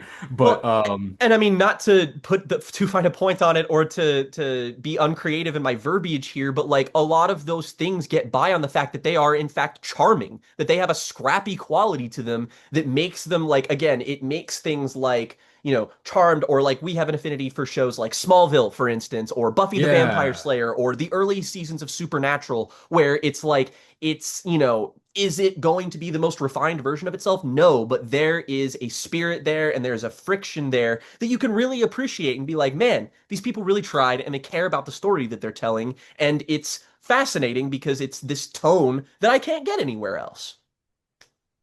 Yeah, no, I mean, generally, urban fantasy makes for really great television. So that's why we're using a lot of the examples that we're using. But what I mean to say Wow, about all this is that I should love a movie like this if the character Eric Draven wasn't in it, right? for I would sure. love to see a version of this movie where Danny Houston is actually the main character, and it's like him racing against his own death, right? That's Oh kind of God, like yeah.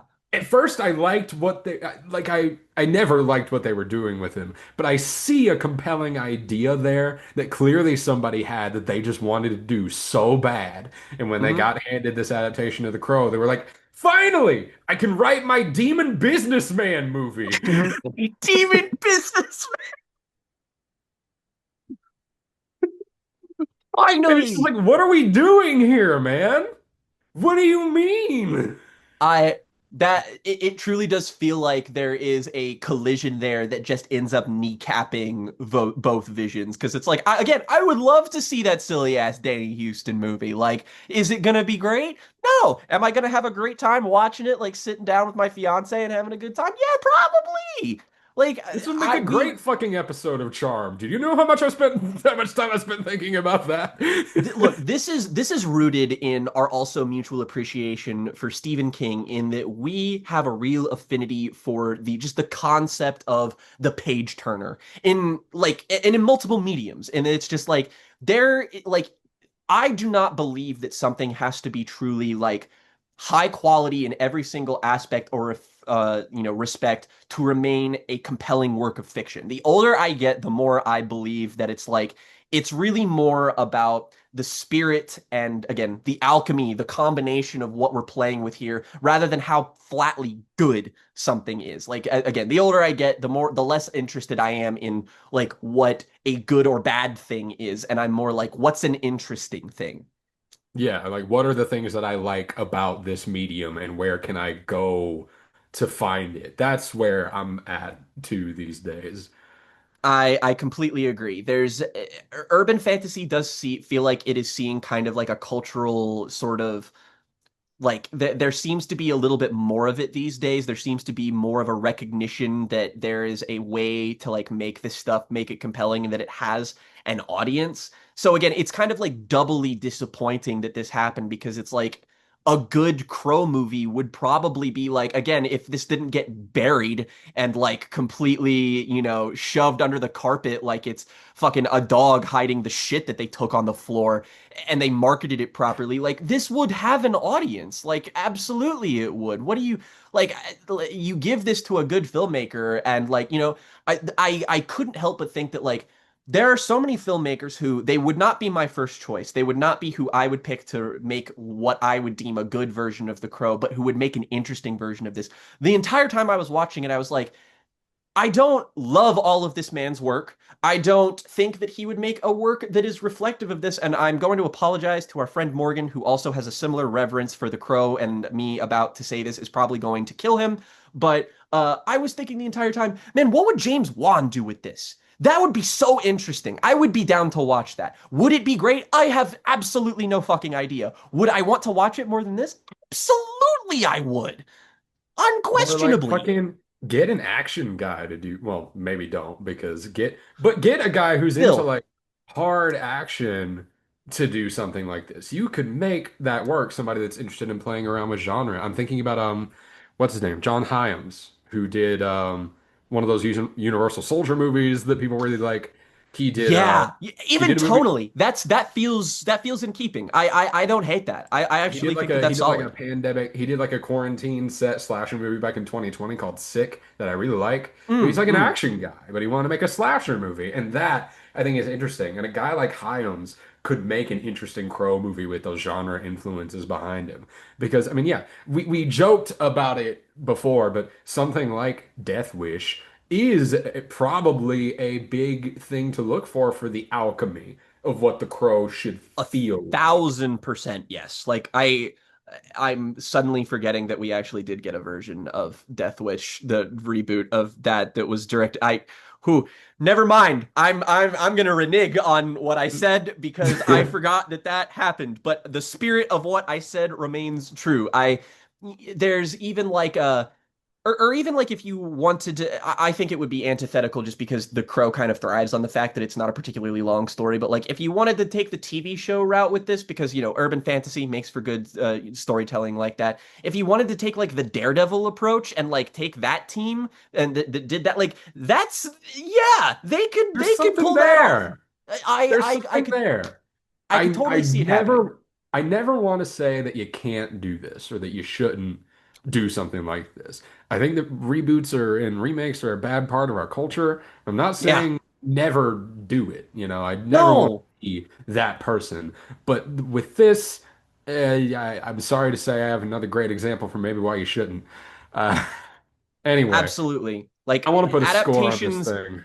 adaptations should not be accurate. They should be interesting. And the biggest crime this commits is that it is thoroughly uninteresting. All right, I want to put a score on this thing. How this is going to work is that the 1 to 5 scale is going to kind of work in reverse, where like 5 is still like the best score in terms of the actual competition because it is like the most frustrating in the series. And for the record, we do have countermeasures in place so that if we recommend something to the other person that they end up feeling the opposite way of intended, there will be a consequence to the person who recommended that. So that could happen one day. That gun, it's on the table. I'm not ruling it out. You never know. So yeah, I got to do it, Jake. You're getting a 5 for this. I found this completely insufferable and disinterested in itself and what it says it's trying to do, and just emblematic of so many bad attitudes in filmmaking and in this goddamn industry that I just a unique combination of triggering gen qualities. In many respects, like on one end of the sliding scale is Sinners. The complete opposite end is The Crow. It's like original, exciting, new, from a cool creative, from a cool team, doing something interesting, but also taking from things that have come before it in a cool way. And then there's this. It's none of that. Which does none of that. Yeah. The exact Five opposite. bad stars, five 5 bad stinkies. stars. You win this round, me boy, me lady. Anywho, Lady. I am up now. My pick for this week. The first time I came on the Jams and Tea podcast, we reviewed a little album called Country Stuff, the album, by a man named Walker Hayes. And everyone looked at me like Jake is looking at me right now the whole time. And this week, timing worked out completely in my favor because for the first episode of our bad approach to this podcast, I got to recommend the new album from one Mr. Morgan Wallen titled I'm the Problem. This album, Morgan Wallen, interesting guy, right? He has easily the most influential, and the numbers for this are probably there, but he has easily the most important country album since like Shania Twain's Come On Over. in Yeah, probably. in Dangerous, in terms of what that ended up doing to the industry. I remember one time I came on the show, I talked about how this was likely inspiring a bizarre wave of double album releases coming out of Nashville. Stuff like Eric Zach Church. Bryan's American Heartbreak. Yeah, Zach Bryan did a triple album. Eric Church did a double album. Well, two albums that were very much like twin albums, more or less, sister albums. And The that became, saturation model. yeah, a saturation model almost. But Wallen continues to get bigger, longer, and more uncut in terms of his output to the point, and I'm stealing this comparison from Riley, he's become Nashville's Drake, where every single album release gets longer and gets more Not tired. the last time we will be talking about Aubrey Graham today. Oh no. Oh no. Um, this album, I'm the Problem, is inspired by Morgan Wallen's latest run-ins with the law. The cover art is his court sketch from a case of public endangerment or drunken disorderly, whatever the terms may be. Tossed a chair. Don't sue me for slander, Morgan Wallen. I'm not claiming to know what the terms of your court case were. But homie got drunk and climbed on the roof of a bar and threw off a steel chair and could have really hurt somebody. And went to court over it and pled guilty. And this whole album is more or less spiritually his reckoning with a very dark period in his life, which, I'm sympathetic to this sort of thing on a normal day.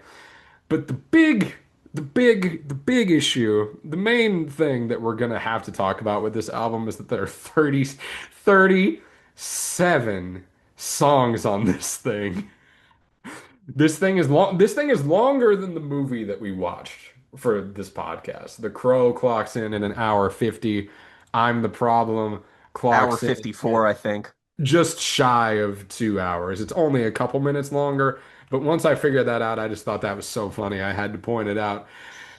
Now, after One Thing at a Time, Wallen's last album got more mixed reviews than Dangerous did, criticizing its general monotony, it feeling a little overstuffed, Wallen's songwriting taking a little bit of a dialing back in terms of its quality.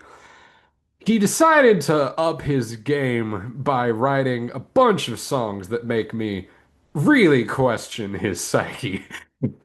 I want to start I want to start with the title track because for an album titled I'm the Problem and for a song titled I'm the Problem, this man is doing a lot of deflecting. This is one of the most passive aggressive ass pieces of music I've seen in a while. It is self-defeating like an Ouroboros of deflection, where he admits enough fault to be seen as flawed, so that basically he has an excuse to talk down to the various people, mostly women, that orbit him. And like the drop of you might be the reason as a sort of part two of the title is just rancid, honestly. Like he's bitching about a woman, saying how bad he is to her friends, keeping like her true transgressions completely elusive and vague so that he doesn't have to actually engage with anything beyond aphorisms, which is his main writing mode on this album, which this song is completely comprised of. Make no mistake. It's this, in fact, like this was the moment where I was like, oh, this is a Drake song. Like this is a Drake song with a country twang. Like it is a bad Drake song. It is structurally, it is limp as fuck, and Jen, do you know what a great sign that you shouldn't make a 34 song long album is? 37 song long album, however fucking long this is. Yeah, please do. It's when every single one of your songs ends abruptly to the point where you go, wait, it's over? Every song on this album ends like that. It's just like, oh, the verse is over, stop. And you're like, well, huh? Wait, what? There is an interlude on this album, and it is the most befuddling piece of music I have heard all fucking year because it's like not even a minute long. It's a whole verse. There's a whole band behind it, and it just fades out. Like the song just stops happening.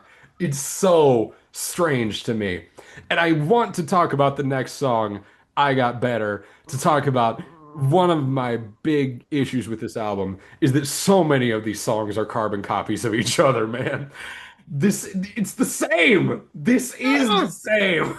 It's the same punchline, it's the same structure, it's the same like tone, it's the same deflection.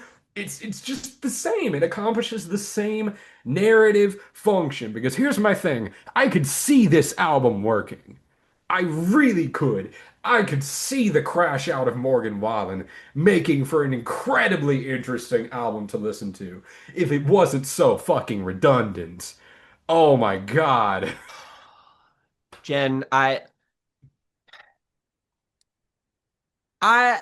I'm not saying anything original here today. I'm going to admit that completely upfront that like I'm not going to say anything that Todd in the Shadows didn't say when he talked about last night. You know, a putrid song, terrible country Maroon 5, everything that any bad that everyone has said about that song, completely 100% true.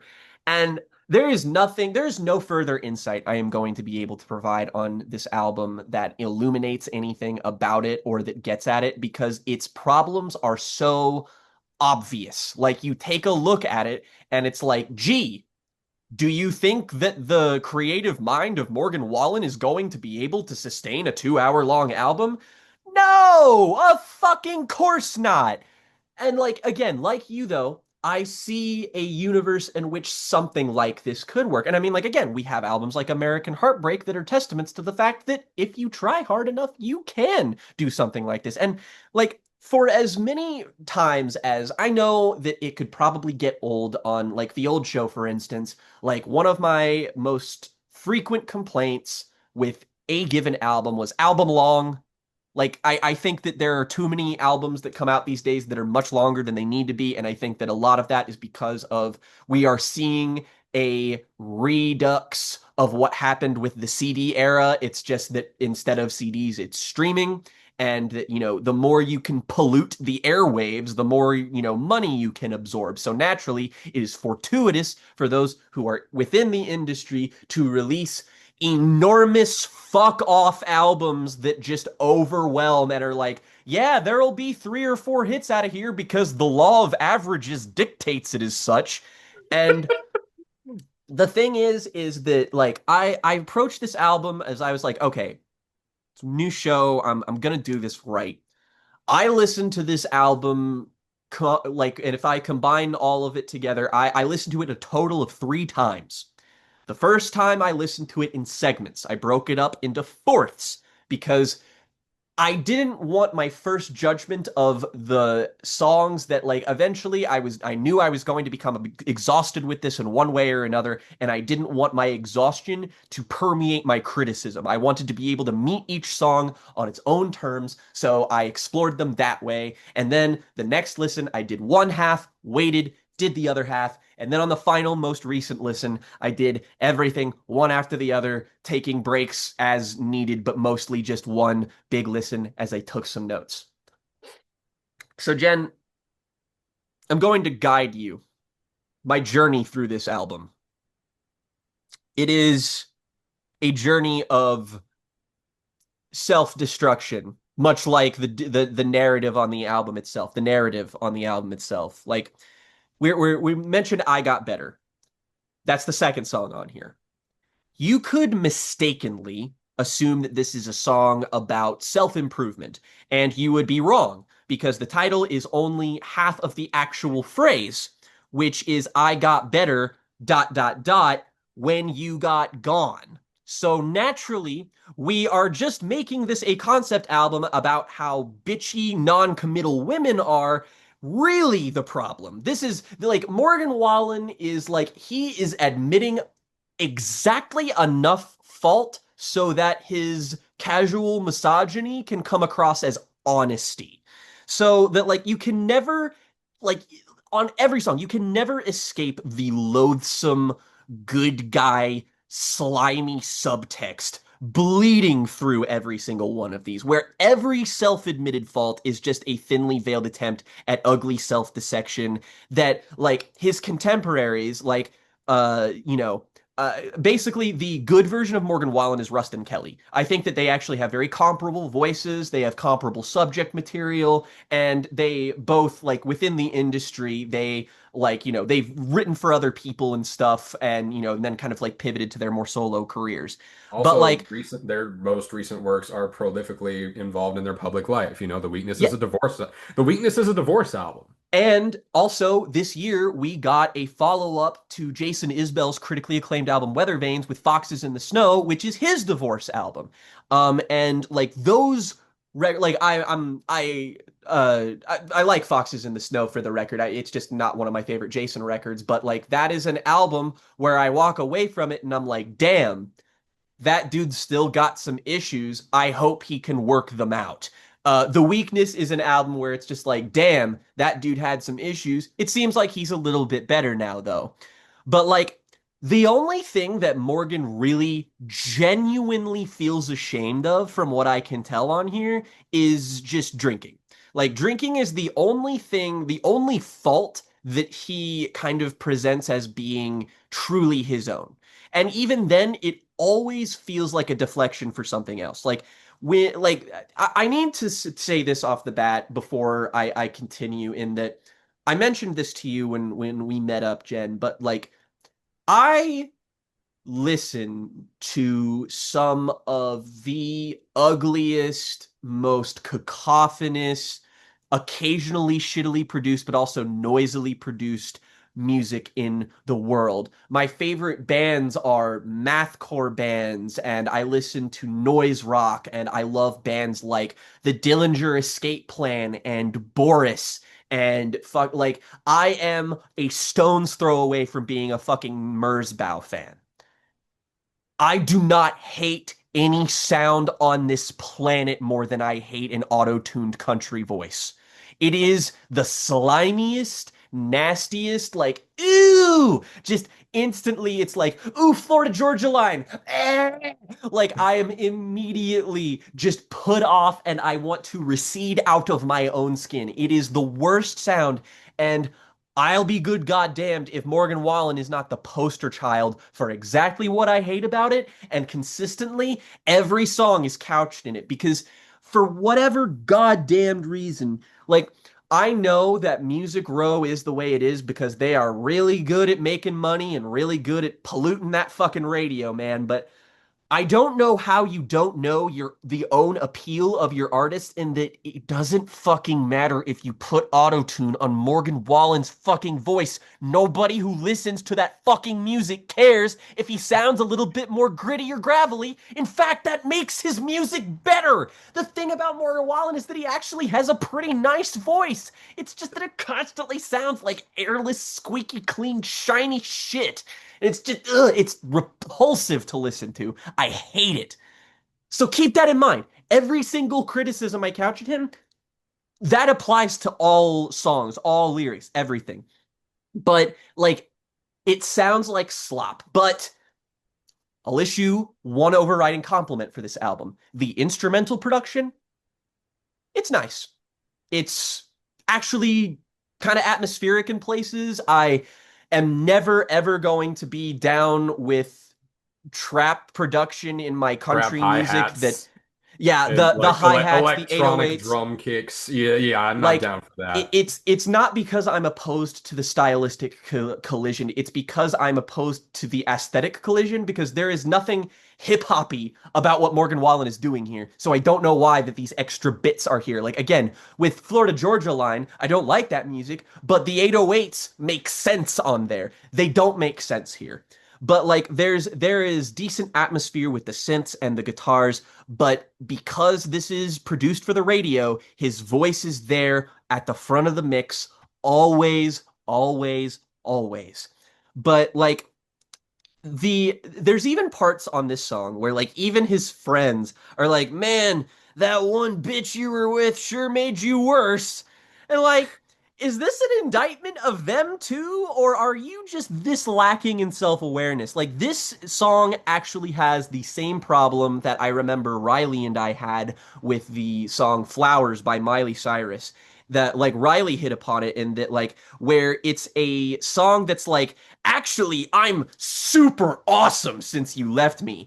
And it rings as a thou doth protest too much, like, you are insisting this feeling and it makes it feel like you are actually kind of defensive about it, and it goes against the point Yeah, of the you're song. compensating for something by trying this hard to make me believe you.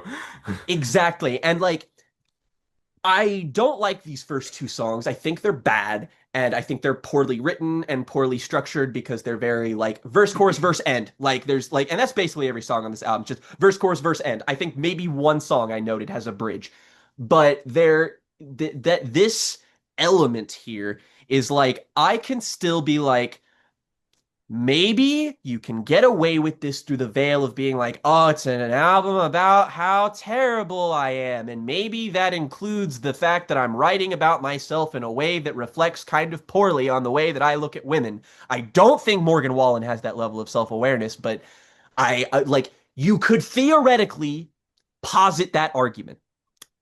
And then you get the third song on here, which is Superman, which is like, this is Woof. so emblematic of this album's writing style to me. There's a lyric on here: when you ain't a kid no more, I hope you don't think less of me. Has got to be one of the more impressive self-owns I've heard in a minute, because once again, it is eerily reminiscent of the Drake musings, where he's constantly bitching about dating immature young women who annoy him, but also simultaneously brags about dating borderline jailbait on every other verse. And it's like, gee, I wonder why you're constantly frustrated by the immaturity of the people around you. Exact same problem here, where Morgan Wallen will constantly refer to women as childish, as too young, as this and that and the other thing. And it's like, maybe if you actually sought out somebody who was like, even mildly intellectually stimulating, you wouldn't have to constantly bitch about this in your music, but here we are. But I, like, that line, I have not disliked a song so quickly. Like, that is right out of the gate. And then Morgan, like, tries to sidestep this by alluding to the fact that he considers himself to not be mature either. But I don't know how I'm supposed to feel about yet another man complaining about how dating or sleeping with immature people, as he puts it lyrically on the album, people, is actually a poor Is reflection he? on them Is and he? not him, because actually he's also just a kid on the inside too. Aw, shucks. The central metaphor of this song, the Superman thing, is so fucking funny because, first of all, alcohol is your kryptonite. Wow, fucking brilliant shit, man. He says he doesn't always save the day and is his own worst enemy. Classic traits of the fictional character of Superman. If it's supposed to be ironic, it's a failure of writing because his deployment of the kryptonite metaphor is sincere. So, by saying Superman is just a man sometimes, you effectively render this metaphor as being applied to literally anyone. It's so general.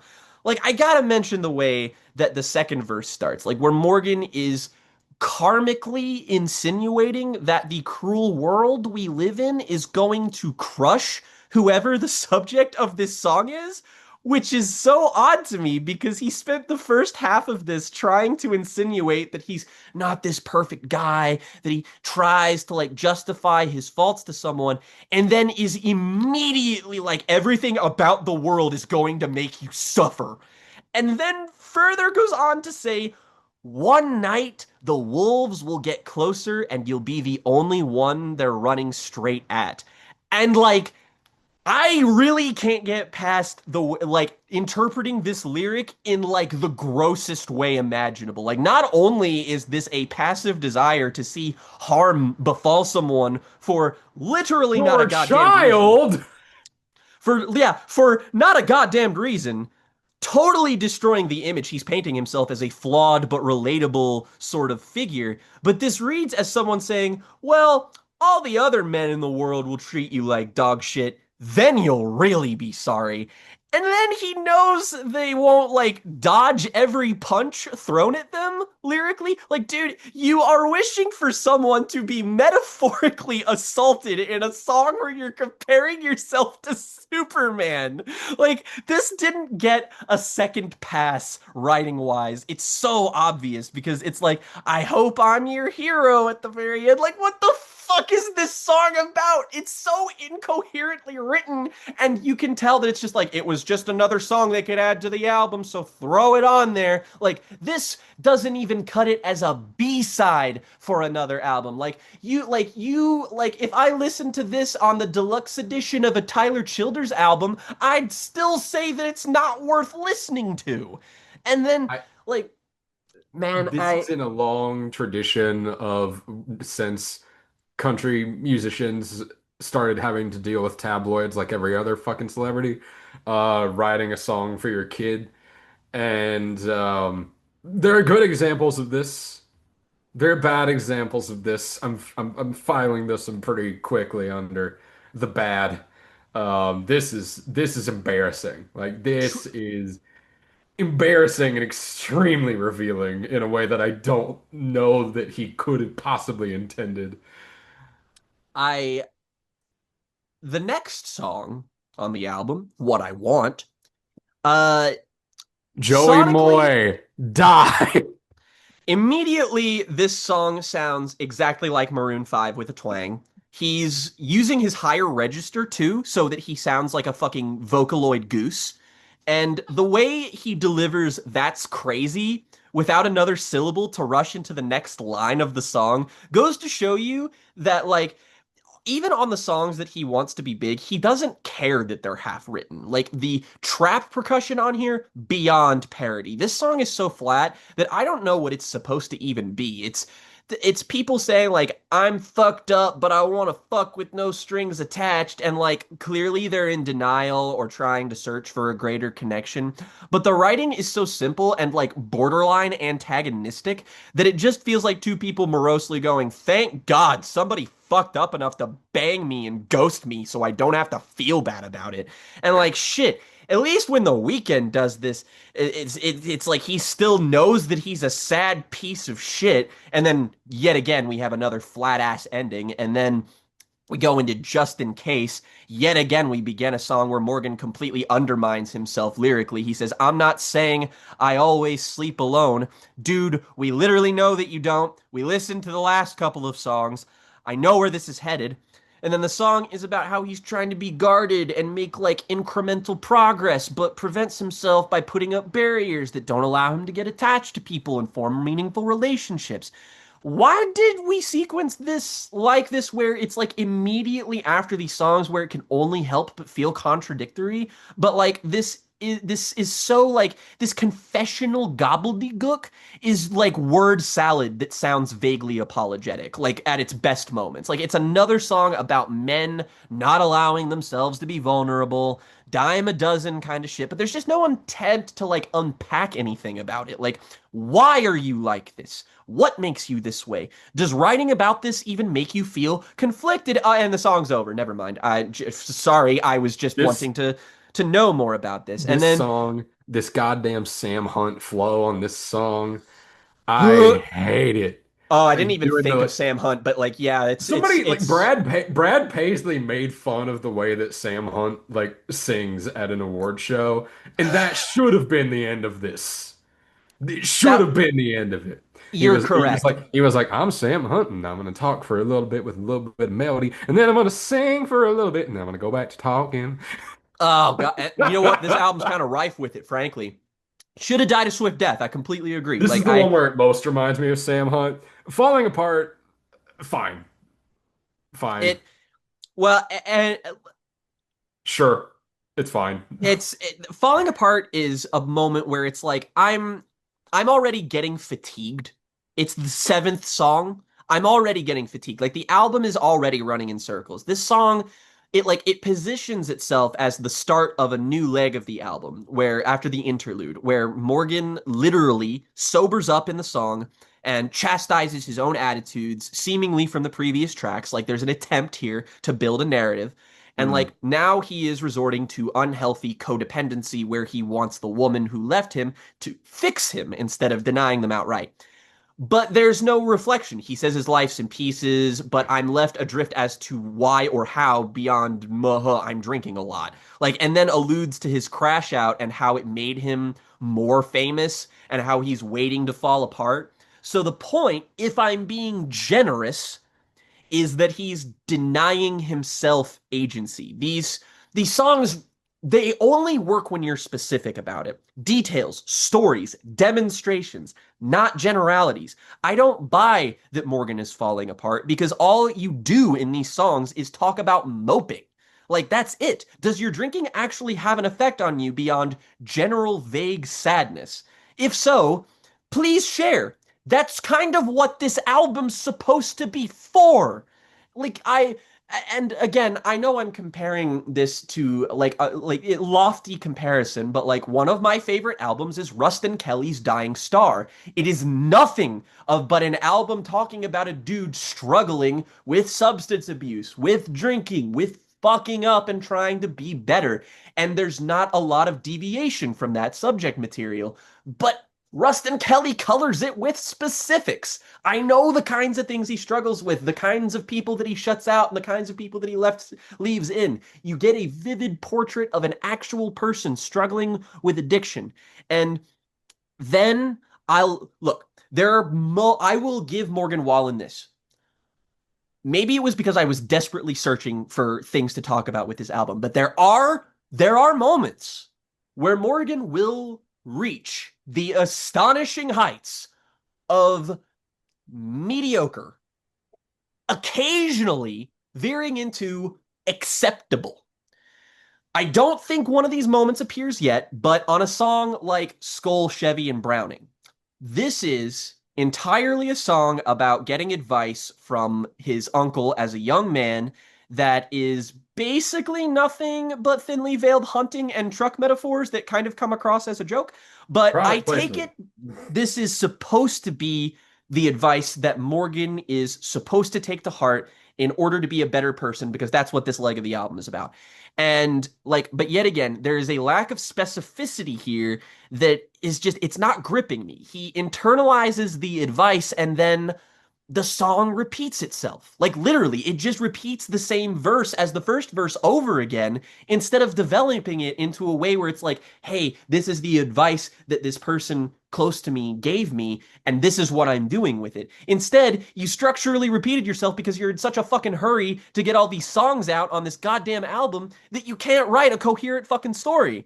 It's the same verse, the same chorus, and it's like it's an inane song. Like I see the potential in it, but it reads like a fucking Bo Burnham parody almost. Like there is a brief moment where there is almost an attempt at reconciling with the concept of the advice of like good advice from a complicated family member and the expectations of masculinity that could have allowed you to come to a conclusion or take this advice and do something with it, one that would ideally arrive in the final verse of the song, which you lazily just ended because this monstrosity has to be even longer, so move on to Eyes Are Closed, I guess. Immediately, trap drums. Great, awesome, good. We have another regression anthem, which totally stomps out any potential that this leg of the album actually had, as this squarely belongs on the first stretch of songs. Like, it's so obvious to me that the sequencing here is fucked. Like, Yeah. it's just, hey, do you still think about me like I think about you? With some very thinly veiled jealous resentment. And it's like, maybe it's supposed to be him lashing out as he's attempting to figure out what to do, but it just comes across as a mostly incoherent as he just doesn't want to do anything here beyond validation that she thinks about him as much as he thinks of her. And there's like a kernel of a very boring but competent idea, but the song has no thematic direction beyond mope with yet Got you to another. say it's got no sense of like literary device to No, elevate this concept at all. it is not, it is inelegant, but it lacks the decency to be blunt. It has no impact whatsoever. And granted, kick myself. This starts off with Relative Promise. Like, it's another song about incremental progress, and it opens on a set of lines with vague contradictions about how Morgan is putting in actual work, cutting off people, doing away with bad habits, wondering if it gets better before it gets worse, as he puts it. And that phrase is, it's like he's wondering if telling himself that is actually just making him worse. And like, that's an interesting idea. I like that. Like, it's a part of the cycle that you do have to reckon with when it comes to personal growth. Even the hook on this song, I think, is relatively clever. Like, there's even a reference to his mother struggling with something similar to emphasize how hard it is to him. And like, it's repetitive at its final stretch when he really could have used it to kind of drive something home. But it sounds all right, and it is squarely lands as the first truly solid song on this album, 10 songs in. Yeah, I could agree that this is a moment where it just like, yeah, if this was what the rest of the album was like, thematically, structurally, sonically, we wouldn't be talking about it on the show, probably. Absolutely not. Like, it would be a 5 out of 10 album that you might reference offhandedly as like, hey, that Morgan Wallen album, I didn't hate it. You know, like Surprisingly decent and very interesting. something you would text me and then I would be like, okay, and then we would never think about it ever again. But you know what? That's an okay thing for a thing to be. And look, as far as I'm concerned, this does briefly continue as a flicker in 20 Cigarettes, the song after that. Like, I'll admit off the bat that a song that details Morgan Wallen fucking a girl in the back In of the his bed of a truck truck. is simply never going to earn my good graces. But something that we brought up when we talk about country music before, like when we talked about Johnny Cash and Merle Haggard in the past, is the idea of country song conceits. Is that often country music is built around like specific devices that, you know, they will build a song around in a clever kind of subversive writing twist. And the conceit of 20 Cigarettes is that like this is the first time anything clever really even happens on the album, where he measures a night out with a woman by the number of cigarettes that he has on him, and they gradually disappear as the night goes on. It's kind of infuriating that the first part of this song fulfills the function he's clearly aiming for on the first stretch of this record, and frankly, that means that this song could have replaced the first 9 songs on this album because it would do the job, frankly. But that's the thing, is that like I guess that he just couldn't have gotten his point across with more detail without referring to more women as vague concepts, as the one here actually like exhibits something beyond being vaguely bitchy, I suppose. But there's not a greater point here or anything that the story builds to. It's making its place here on the album be like emphasizing like a lack of fulfillment, I guess. But even this like straightforward song feels like it should have come much earlier on in the record to make any kind of sense. And Yeah, I mean, at least he knows better than to actually interpolate John Denver in that moment of the song. I'm so in fucking glad he that didn't do that. moment on that song, so on the next song, TN, obviously the abbreviation for Tennessee, the first song on this album not being about being a hedonistic lush, which makes it alarmingly out of place, even if it's a breath of fresh air, is stupid as hell. The conceit It's a here is bad that he gimmick. he is using abbreviations that correspond to things within Tennessee, his, like, you know, a place that he has a connection to that bind him to it. And I just can't help but wonder why you would impose, like, this isn't a song conceit. It's actually just a self-imposed writing handicap, like, that you put on yourself that does nothing but limit what you can actually talk about and makes all of it sound pithy and gimmicky and shitty. Like, naturally, it still loops around to being about women. It's structurally repetitive and thematically incoherent. It sucks. Like fucking It's bad. whatever. It's And bad. There's a great JPEG Mafia verse that uses this gimmick.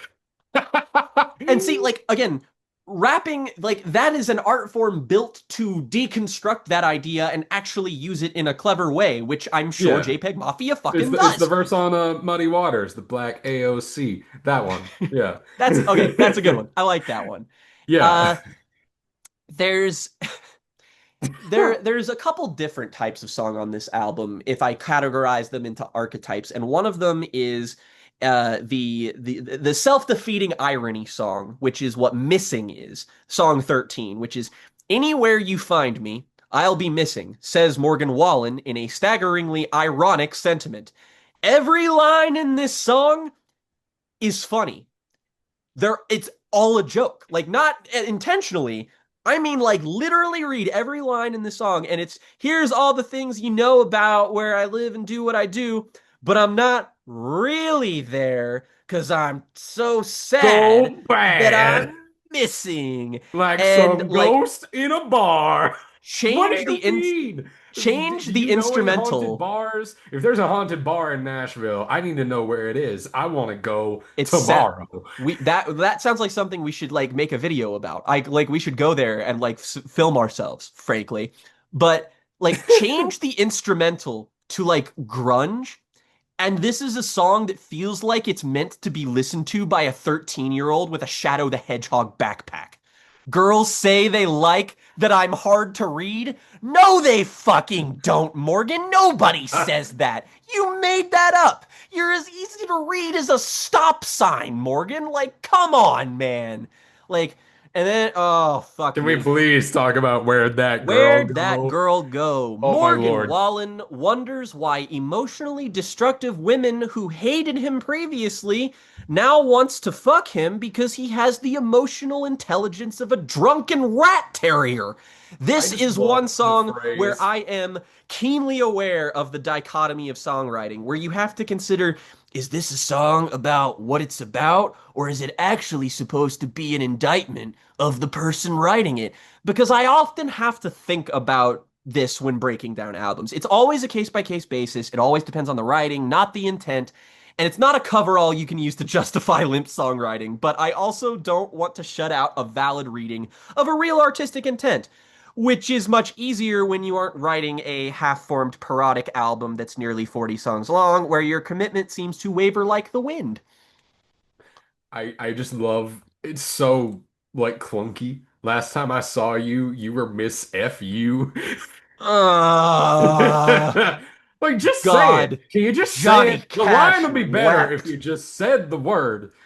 The line would be better. It's the same amount of syllables. The abbreviation does nothing for you. Dude, that happened so many times on this album where it's like, I am not a songwriter. I have never been a songwriter, but I can more coherently construct and correct your stanzas than the people working on this fucking album. Like, it's so easy. You just like take a little thing and you move it, and like it's baffling. It's baffling. It's exactly like The Crow, where it feels like they're taking extra steps where they have to work harder to make the song worse, where This is the being most lazy would make it better.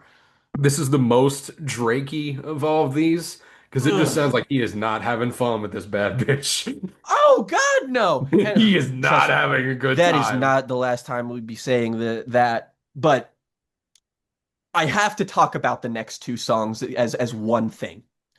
Please. Genesis and And Revelation, Revelation. which if you're thinking Genesis, Revelation, boy, is he trying to do something here, perhaps? And No. let me tell you, let me tell you, as someone who was raised Southern Baptist, was converted Catholic in middle school, and then very quickly became agnostic afterwards, I'm very familiar with the Bible. Quite familiar. A lot more than most people. And so on Genesis, Morgan Wallen starts a song that's premise is man, the story of Genesis in the Bible is kind of like when I get drunk and fuck girls. And he posits himself, I cannot, I could not write this. Like this to me is the funniest fucking thing on this album.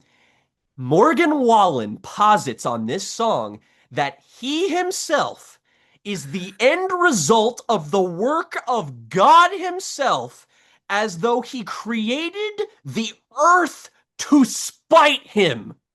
And whiskey and women.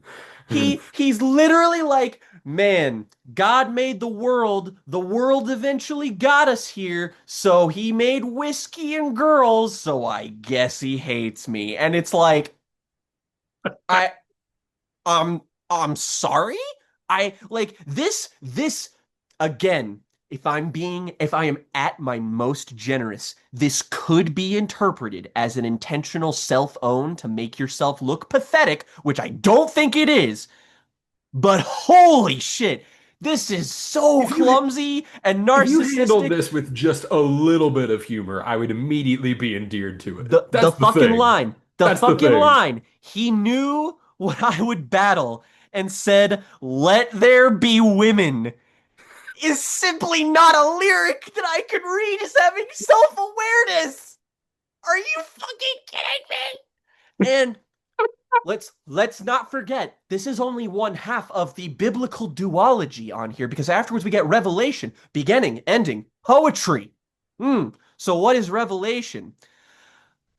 This song, uh, one of the lines in it is him. He says, "I wish I still sang to Jesus." Morgan Wallen said on the 16th song on his 37 song long album, where he simply cannot go a single stanza without tripping over some form of alcohol or into some poor woman's vagina. You know you can sing about Jesus if you want to.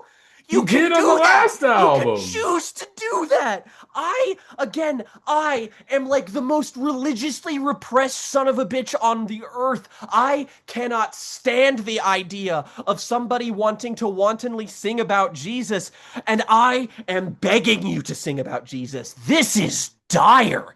There are some concepts that do not need 40 songs of elaboration. He says, he says, "I'm a man on the run with a hand on a gun," which, first of all, Get how out. dare you? Get out. Secondly, shut up, you fucking ninny. You're not an outlaw. You're not Merle fucking Haggard. You're not Hank Williams Jr. You're on Music Row and you got in trouble because you can't hit the mute button in time before you start tossing slurs in public. Cut this shit out, you wannabe. Like, it is a song where there's no progression, no development. It just repeats the same ideas of its first few stanzas until it mercifully ends. And and following up two songs that's supposed to reflect some sort of biblical thing with a song about NASCAR is maybe the only authentically country thing about Morgan Wallen on this album. Number three and number seven has lots of NASCAR double meanings, and as a Southerner, I must confess that this is an aspect of culture I am willfully ignorant on. But it's one of the few songs that make the stakes of what he's talking about feel real because of the graphic depictions of crashing and the analogies thereof. But it is draped in this tacky gimmick, and even Eric Church's presence doesn't really do anything to the song. Like, their vocals are produced so similarly, you can barely tell which is which. Yeah, he does not sound good on this. Oh man. No. And I mean, like, if I I were think Eric this Church, I wouldn't put my best foot forward either. I think this song is fine. I think it's okay. It is There is a much good better than idea. the songs that are before it. There's a good idea here. However, I the central metaphor just makes it impossible for me to enjoy just because I in the year of our Lord of Let's Go, Brandon, I don't think you can in good conscience make songs about NASCAR anymore. I'm sorry. That's just Nah, politically compromised. and I mean, like, there was that whole thing with him too, and it's just like, if you make me think about anything that orbits God that, damn it. I'm docking points. It's gonna happen. I'm sorry, I am the way that I am. If you make me But think about how the fact that every recreational activity now exists on the binary barometer that is the two political parties these days, I'm yeah, just not gonna be that endeared. no, no, Like, it's and not his especially fault. He doesn't make it about Trump or anything, but come on, no. dude. You know where Let's Go Brandon comes from, right? I mean, he got fucking shouted at him, and he was like, "Fucking like, my name ain't Brandon," and it's My like, name ain't and I'm Brandon. like, Roll the at clip. least you Roll the didn't clip. rile them up, but Christ, man, like, I mean, But as if this isn't exhausting enough, the next song, If You Were Mine, which is both like content-wise and sound-wise the ugliest thing here because the auto-tune on this is abhorrent. You're talking about This Kiss is a Her in Front of song You? about how even though Morgan Wallen's fucked up, he'll still fuck you real well. Ew! Gross! No! It is laden with disgusting innuendo and gross double entendres. And it also, when it's not doing that, it has lines like drown in your ocean eyes. Feels like he fucking picked it out of country lyric writing for dummies. Like, come on, man. And then at the end, it's like, oh, he's just fantasizing in the song, and it's not literal. So he's not actually bragging about how good his dick is. But then I'm Come fantasizing about on. listening to a better song. Like fuck you. This is stupid. This doesn't do anything. Like You can't skip over Kiss Her in Front of You, which has the worst production on the whole album. oh, The auto-tune vocals on this goddamn song. Oh my Lord. look, I kiss kind her of in front of appreciate how you. bitter he is on this one. That's the thing. Is that this Oh, one is kind of a good idea. Is I appreciate the well, straight up bitter honesty and about that he does not want to be with this girl for any other reason than to piss somebody else off. I Man, see is you. this song ugly. I see you, but I have to pivot here and say that Kiss Her in Front of You is my least favorite kind of Drake song, where its self-awareness is supposed to just like excuse the blatant misogyny and frankly outright cruelty in the name of being revealing when it's just like you've just been doing this on the entire album already and it's just like you just want to shit talk a woman while you fantasize about revenge fucking somebody else. Like yeah, it's not supposed to be aspirational, but I don't fucking like listening to them. I like all they and also the guitar line in this song, hand to God. Go and listen to it right now. Actually, don't do that because it would involve you giving streaming money to Morgan Wallen. Don't do that. But the guitar line in this song is the guitar line in Dream On by Aerosmith. Hand to God. It's the same fucking guitar tone too. You can't escape it. It's the wee wee. It's fucking gah. Even the music on here can't help but steal shit. I like these two songs right next to each other do not do the album any it doesn't do the album any favors. And like, don't we on here the 20th goddamn song? It's this is just a song about how no one knows him when he's in his special place, and it's maudlin, it's simplistic, but it is functional. It should have come like 10 songs sooner, but like whatever. I have virtually nothing to say about it. It This is, one can stay on the better abridged version of this. Sure. and now, Oh boy, I and get to talk now, about party on this podcast. Let's fucking okay. go. Okay. Oh, I, Ooh, let ooh, me, let let me me just, start. Let me start. Okay, so mm, Hardy. Hardy is a guy, right, who I have been defending on the fucking internet to the shame of myself for years. I'm talking years. I've been writing for this dude since 2020. Because I legitimately think, and I still hold this belief, and I'm so fucking embarrassed about it, that his album, Iraq from 2020, is one of my favorite country albums of the past 10 years. It is so good because it's the perfect, like, meat and potatoes. It's concise. It's got good concepts. Hardy's clever. He's a really good singer, like surprisingly good for what his voice actually sounds voice is like. all right. He has Yeah, I he like has it. really good control of his voice. But man, immediately after that album came out, this guy made himself impossible for me to get along with. I I put my heels in the fucking dirt for that double album that he did, The Mockingbird and The Crow, when that came out back in January a couple years ago. I was like, no, you're not paying attention. He's doing something here. You can see it. I see it. There's something going on here. It's like thematically resonant. There's something going on with the structure. The concept works for a guy who's like feeling out of place in an industry, right? The narrative of that album works for me, even if I could take or leave some of the songs on the second half when it gets more metal influenced and loses some of that thematic consistency. But my God, after that, I had to throw this dude to the fucking wolves. He made a shit album called Quit. last year. Well, it's not shit. It's okay, but not good enough for me to defend the way he's been yapping lately. Because he's gone like hardcore Trumpy, and he's always had a Of little bit of like a course. Death Wish 3 reactionary edge to some of his music about city life that I like kind of excused because it did come from a place of bafflement that felt honest on songs like I Ain't in the Country No More off of the Mockingbird album. But man, this song is just straight up. Oh God, what is this? I What I is want this? to I want to point out that The Crow, my favorite graphic novel, I essentially watched it get bastardized in every way an adaptation of something could be bastardized. It truly and honestly ruined something that I held close to my heart. And preparing for this recording this week, this was the low point in terms of what we're covering for me. Come Back as a Redneck. This song is cowardice incarnate. I fucking loathe it. The fucking audacity you have to have within yourself to make the most rote, stereotypical girls, trucks, and drinking ass music on the face of this planet. And then halfway through this album, you stop to abruptly say, whoa, whoa, whoa, but I'm not like those Southerners, the ones with money who look down on the common folk, when you're part of Music Row, dipshit. You are the 1%. You are the 1% because of this song. You're the 1% because of this album.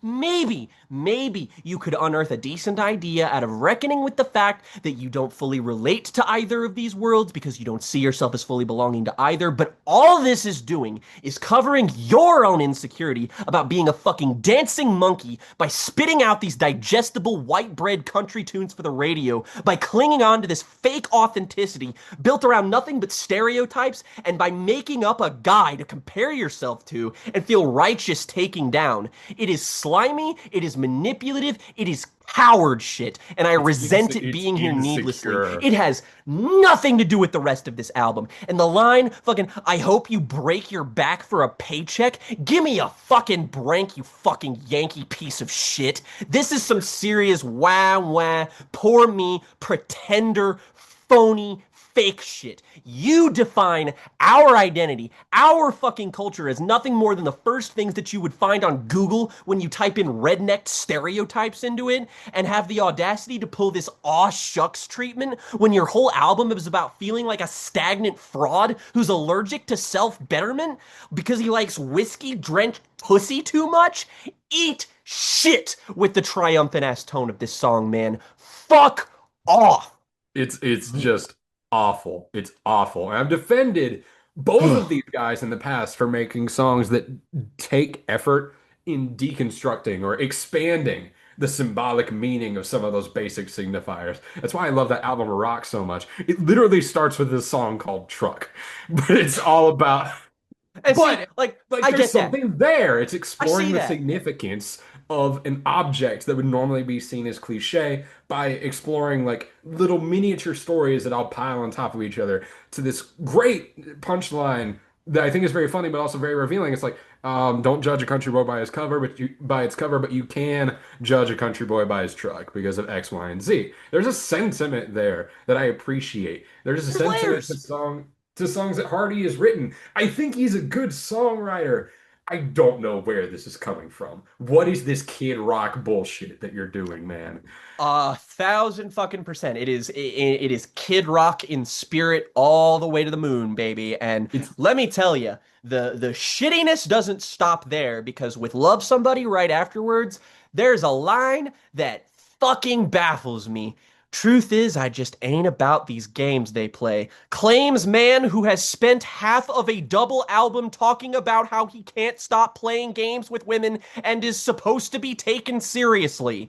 It is yet another song about regression, totally eschewing any kind of overriding structure that this album has. And it's supposed to be this, like, about a constantly evolving push and pull. And it's so poorly conveyed. Like he says, I want somebody not hypnotized by dollar signs, Says a Yeah. man who made not one, but two of the most egregious stream gaming albums of the decade so far. I just want to love somebody who won't leave a hole in my heart. Then stop sticking your dick in people and complaining about it. Like, you're just, like, I'm sorry, like, you can sing plenty of songs about how you're a self-destructive loser, and, like, again, Rustin Kelly's entire career is built off of this shit. But at the same time, you are basically looking at yourself in the mirror and laying out a guide as to why you fucking suck, what you need to do to make yourself better, and you're just continually choosing the shitty route. But you're not talking about that. You're just pretending like the face value of the problem is where the buck stops and ends for you.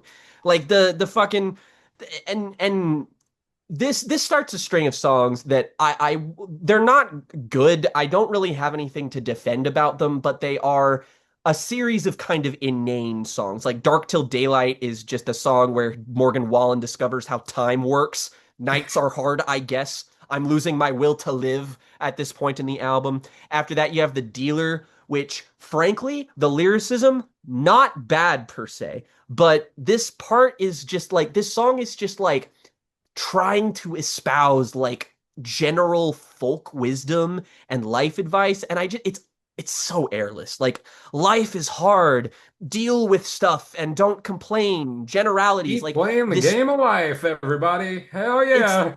it's like, if you're supposed to be like growing and learning, I don't know from what or why or how. You're just kind of, again, it's aphorisms. That is all you know how to do. Like, leaving is the least I can do is like the first, like on the first leg of the album is like, I can't stop myself from being with women in toxic relationships. And then the man gets a whiff of basic self-improvement and is now like, yes, hello, woman, I'm still porking with no emotional stakes. Please consider it a favor that I'm leaving you now. As though that wasn't his whole fucking problem in the first place. Like, pick a fucking struggle, man. Like, honestly. And, okay, Jack and Jill. Thank Story God she's song. 18. Of course, we have to start off with that. But this is a Jack story and Jill song parentheses. Thank God about she's 18. it's a young couple that devolve into they have like these disasters, they drift apart, they cheat, they struggle with substance abuse. I respect the attempt at tragic storytelling here, and it's clearly meant to parallel his own story while not exactly being it. So it is kind of a breath of fresh air of Morgan Wallen engaging in something that isn't exhaustingly literal. But the chorus itself is flat. It clearly needs a rewrite beyond these are the people in this story and this shit got bad. But I mean, Yeah. I guess it's my fault for accepting or expecting a level of poeticism that is far too much for Morgan Wallen. I Ain't Coming Back is toxic, soft redneck anthem. There's a lot of reasons I ain't Jesus. Yeah, no fucking shit. Nothing I left. actually do think that line is kind of clever, though. I had to hand that one to him. I mean, like, It's a good yeah, punchline. It's a yeah, good yeah. punchline. Truly, like, he punctuates it with something. I'm just glad I'm feeling something, anything really. Nothing left. There's nothing distinct about this song whatsoever. It feels like every single lyric is plucked out of another song from this exact album. Like, this is drunk country Mad Libs. It's like, it's barely coherent. It's totally repetitive. It's, again, wouldn't even cut it as a fucking B-side on another album. It ends before it starts. Good. Fucking whatever. Drinking Till It Does, song about Morgan trying to kill himself with alcohol, hence the it hasn't killed me yet, so I'm drinking till it does. Nice piano instrumental Yeah, here, it breaks up sounds the good. monotony. Like, this is a decently well-written song. Like, but more than any other song, it does suffer from feeling like he's hitting the same note for the 80th time just with a piano. But like, again, if he took the 90 superfluous songs out of this album and just had this, it would work. It's solid. It's okay. And Exactly. Smile, for example. I really wholeheartedly love the conceit of this song. The somber vocal tones in it like complement the song, and he subverts the feeling happy that he saw someone he had a connection with, and then totally undermines it with even though it was just for the picture. It gets at the emptiness that he feels, the lack of forward momentum for him actually feels properly felt. It's a simple song, but it's effective. The vocals are Like, I felt bad. something. The vocals are Oh, bad. of Whatever, course they're bad. They're whatever they always did, whatever bad. no, like the auto tune is especially bad because Oh, he's trying to hit for some sure. high ass notes on this song. It For sounds sure. awful. I am purely trying to look for redemptive qualities in like lyrically here, just because like that's all you can latch onto I here. have the same problem with Working Man's song where like, yeah, I like this in concept, but my God, this mix is impossible to deal Oh, it's with. ass. It's like It's actually I would say that terrible. the mixing in the album gets substantially worse as it goes along. Like that is something that I have rarely experienced before, but like once you look at how many writers each of these songs have and how many people are in the fucking, in the pot stirring it, producing it, it does not shock me that this is insanely inconsistent on a production level. But like the Workin' Man songs like listen, it's a difficult hill to get over. I have a real disdain for, man, the working class have it real rough songs when they aren't framed as like narratives. Like, because I realize that's my problem, but it doesn't help the issue that this album feels like country cosplay. So when he's like trying to make a living isn't supposed to feel like dying is like the most rote lyric you could possibly write about something like this. And it's like that's in like four different better songs. And like it's not awful by any means, and but I can't hear somebody like Morgan Wallen say things like I or us in a song like this when they're slurping up $1 million check and singing about coal miners. I can't do it. The cognitive dissonance is just too much for me. I Yeah, know that no. that's not a wholly valid artistic reading of this, but I just am not capable of doing it. Like I don't like I'm not stupid. I don't get my feathers ruffled because John Lennon sang working class hero, but I just don't like it because the rustic aesthetic of country music feels like it's inherently trying to lie to me. It feels gross, and I don't like how it's trying to be genuine. I don't believe it. It's sorry, just not happening. Uh, Whiskey in Reverse. This is just kind of another song on this album about things going backwards. I have an idea. To break possibly the monotonous pacing that we've arrived at with trying to get through this I album. refuse to take responsibility for this when Morgan Wallen is responsible for the monotony. That is true, but I have a good idea and I want to see if this works. If you can remember what brand of alcohol he mentions by name on this song that is not whiskey, I would do a shot of tequila that I've had on my desk for the whole time we've been I'm going to recording this. take I'm going to take a stab in the dark. Is it Jim Beam? It's not whiskey. I said it's Fuck. not whiskey. Do I have to guess the brand or the type? Guess the brand, because you know how he Brand. is about Okay. his name brand He alcohols. really, really likes it. I know, I remember, okay, I do remember he mentions on one song about somebody's mom having a problem with Crown. I do remember that. But that's not on this song. Does say that Um, wasn't on this song. no, I'm trying to like, oh boy, this is really fucking difficult. Um, I'll God, give you the okay, hint. okay. Um, uh, hold on. It'll come to me. It'll like a fucking goddamn shit. I honestly, he uses he mentions so many brands of alcohol, man. So many. It's gin, which surprised me. Gin. Okay, He that's why I didn't mentions guess it. he mentions a gin. He mentions Tanqueray, and I was like, Wow. a clear Okay. alcohol in a Morgan Wallen song. What I new think there's world have I tequila at arrived another in? point on here. Like one Hmm? point, I think in Miami, probably, if I had to Well, yeah, but guess. we heard this one first, so Yes. But fucking geez. Oh, funny fact about the song Crazy Eyes is that I was just like, really? We just let Kryptonite slip into the songwriting twice on this album? Like, did you yeah, that was reread any funny. of this That was just shit? funny. Like again, that was quite funny, and like also this is the one song on the album that has a bridge at the end. Oh, structural. Oh my They God, something's broke actually new happening. ground. Whoa. Then there's LA Night, which is a song about Morgan Wallen fucking the most stereotypically LA woman possible. She does drugs. She's dangerous. It's weirdly upbeat, and I don't like Jake fucking what. Owen bullshit. Jake Yes. Owen bullshit, man. This is a And Jake Owen song. and then immediately after you get Miami, which is a song about how Miami is different. That's it. Apparently, Miami, Tennessee, very different. Also, the high-pitched vocal harmonies on this song, repulsive, awful, The goddamn, whatever they're doing to Keith Whitley's voice for this fucking dude, sample, it's just awful. insipid. It's Also, terrible. I think it's very funny that Morgan Wallen thinks that you can't keep your gun in your truck in Miami. Like, buddy, I have only been to Miami twice. Grand People Theft be Auto, keeping guns in their trucks. Grand Theft Auto 6 is about to come out and teach this man a lesson. Oh man. Oh God. I saw the title for Lies, Lies, Lies, and I like immediately I was like, I swear to God, if this actually has a callback to Fleetwood Mac, I'm going to kill myself in my truck at work. I'm going to do it right here. Thankfully it doesn't. But it's again, it's fucking it's about Morgan Wallen. He tells a bunch of lies, but then he says that they're lies. Get it? What? Like this is nothing. I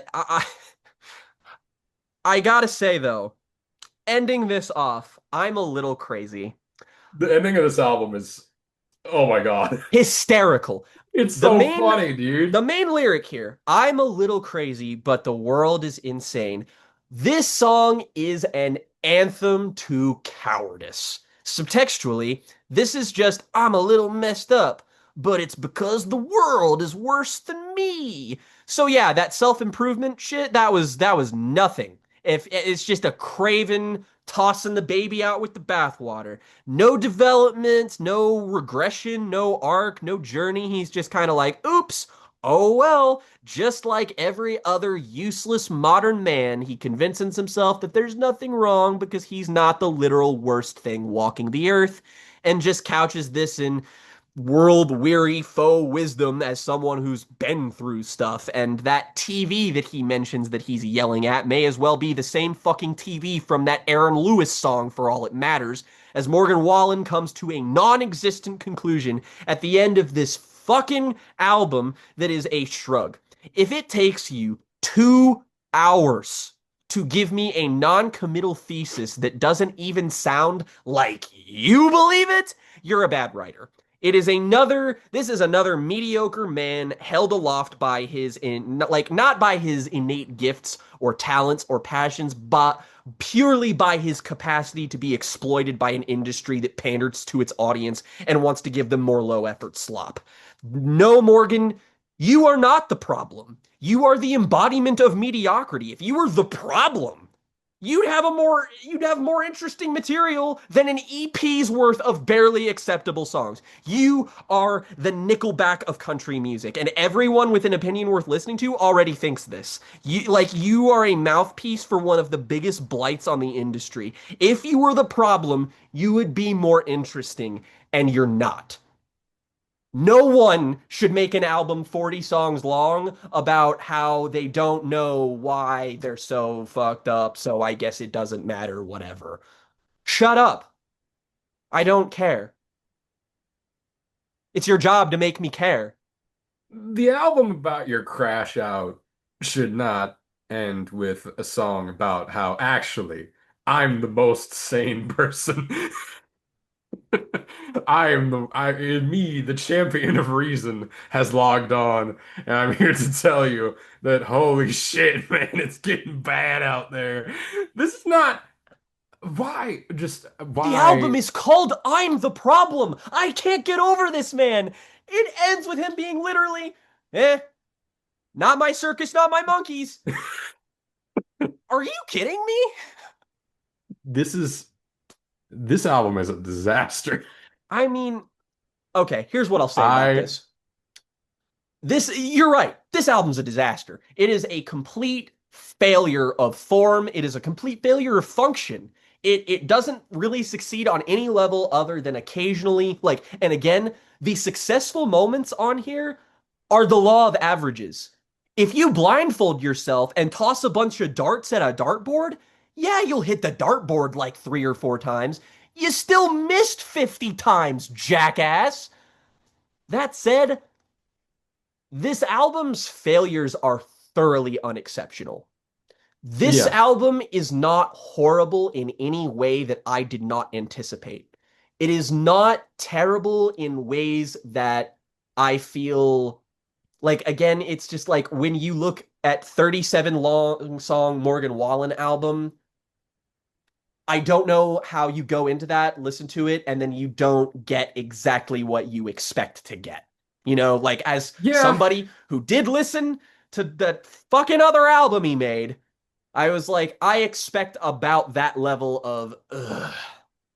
And that is exactly what I got. That's not a positive or a negative thing against this album. It is merely a statement that says this is exactly the kind of subpar, mediocre shit that I will expect from a subpar, mediocre musician who is not being supported by people who want to further his artistry, for people who care about the construction of albums.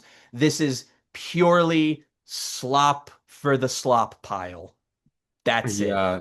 I mean, that's kind of the worst thing about it is you would be able to write off an album like this and never think about it again if the effort that goes into listening to it for 2 hours didn't make you feel like you were losing part of your life that you're never gonna get back.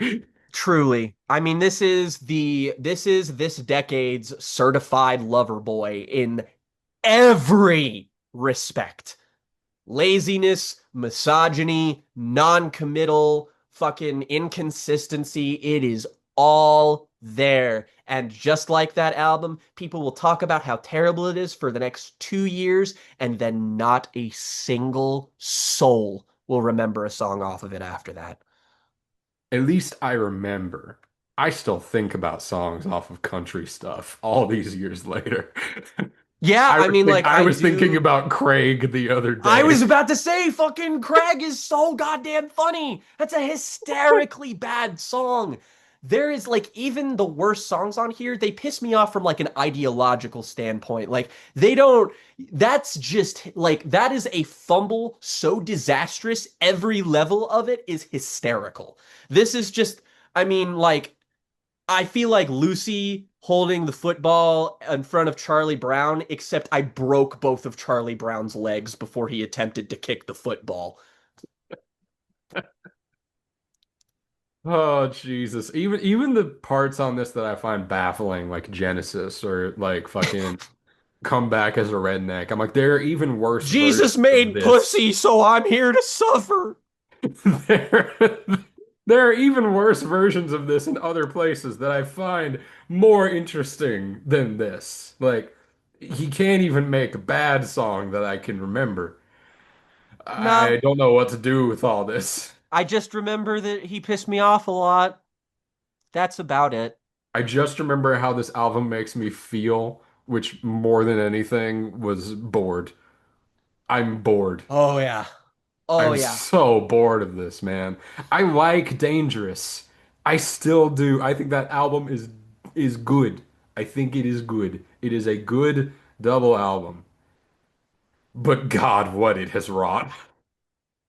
I mean, it's just like this is it's like I've kind of even like redirected my anger because it's like I feel like I can't even be mad at Morgan Wallen for this. I'm just more mad at the industry that this is like this is what we're doing now. Like I'm under no illusions or anything, but like, you know, in the 90s, like the most successful albums being made were made by like fucking Michael Jackson because he was trying to conquer the goddamn universe and make songs that were like unstoppably successful by putting together the most talented musical minds on earth and trying to like just shit solid gold success. And like, I have no illusions about the fact that that is, in some respects, just as cynical as what's happening here. But God, there was more artistry to it. There was artistry and memorability and effort there that was on display. And it was like, God, it may have been a commercial titan that was, swallowing everything around it, but at least it has qualities worth admiring. There's Yeah. nothing worth admiring here. Ugh. Not even the honesty is worth admiring. And if you can't admire that about music, I got nothing, man. Everything about this is exactly half-assed. Mm-hmm. There are no like complete funny to watch misfires like you would get on, say, a country stuff or a big day. Oh But yeah. there's also no like odd moments of profundity like you got with a song like Briefcase, again, to go back to country stuff, right? That even that is a baffling moment where I'm just like, so you could have been doing this the whole time. Yes, it is like that's an overriding theme. I think that since we started talking about art on this channel, regardless of show, is that at the end of the day, I will excuse something that is almost like artistically offensive sensibilities wise to something that is mediocre any day of the week because I prefer provocation to nothing. I prefer feeling upset to not being able to feel anything at all, especially when I have to listen to it for 2 goddamn hours. And like, the I album don't think we can format is stress not this enough, man. This episode is getting long, but this album is long. It's worth talking about. the album format is not exactly something that is valued by many people today, like especially in a commercial context, but like I almost loop around to being upset about the length because it's like it shows that the construction of the album was something that you thought about in some respect and like once you add that in there, it's like if you just tell me you tossed this together, like it was like the only thing Drake has ever done artistically that is remotely respectable is labeling some of his own projects as playlists. Because, like, at least I know that the bar is lower. Like, I don't treat that like an album because it is admittedly not one, so I won't. Yeah, it's B-sides, right? Hmm. There is something, as much as I found that whole semantic with Take Care insipid and impossible to really get behind and really take seriously. At least somebody tried to trick me. Like, at least I saw the effort there. Oh, yeah. Like, at Oh, least yeah. you tried to trick me. At least you tried to sell me snake oil. Like, I mean, I there's can put snake nothing oil on here. my fucking bedside table. I can't put nothing there. I can't. Morgan Wallen makes me ashamed of liking whiskey.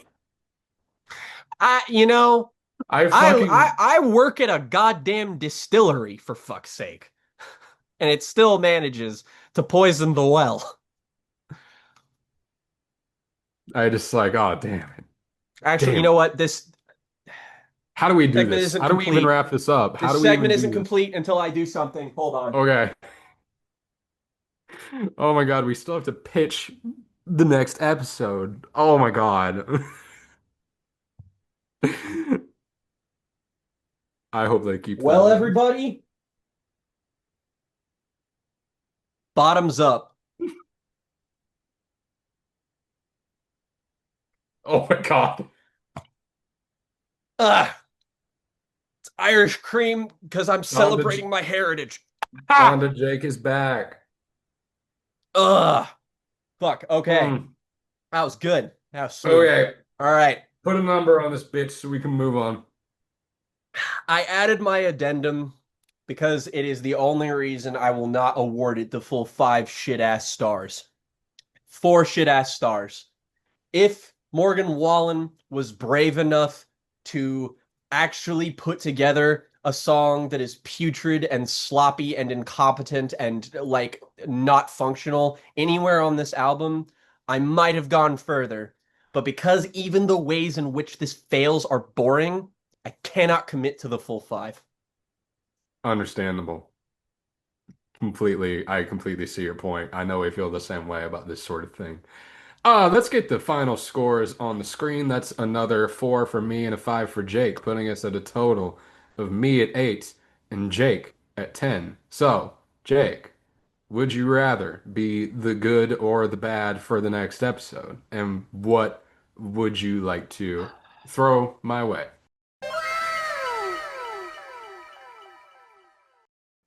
Had to do a lot of soul searching about this, Jen, because I mean, you don't know how this is going to end up at the end of the day. This preliminary round was to decide who was going to get the ball rolling on the good and the bad segments. So I had to plan for both. But let me just tell you this. At the start of this episode, I did not know what I was going to recommend you. Okay. Now, now I do. I had to, I had to get there because some deeds, they cannot go unpunished. And if you look at it like this, like, yeah, you know what? Technically, The Crow got a worse score from us than the Morgan Wallen album, but the Morgan Wallen album was longer. And I have a desire to even the playing field. This is just it's a slap on the wrist. It's to bring it back to zero, right? Sure. I Yeah. we can get behind that. So here is the question of just like where do I go from here? I have, the world's my oyster truly of what bad things to recommend to somebody. And I have to pick something that is good to talk about, but it also, it has to have the bite. It has to really it has to hurt. It has to be a little painful. Because I mean like again, it's like it's a smack. It's a smack on the bottom. So I think what may be best to do is regress. We've done that before on the show. Is that you and I have kind of gone to the staples that are in our development of things that we had consumed in the past, formative things even. But I am interested in the idea of formative things that, maybe you don't really like anymore.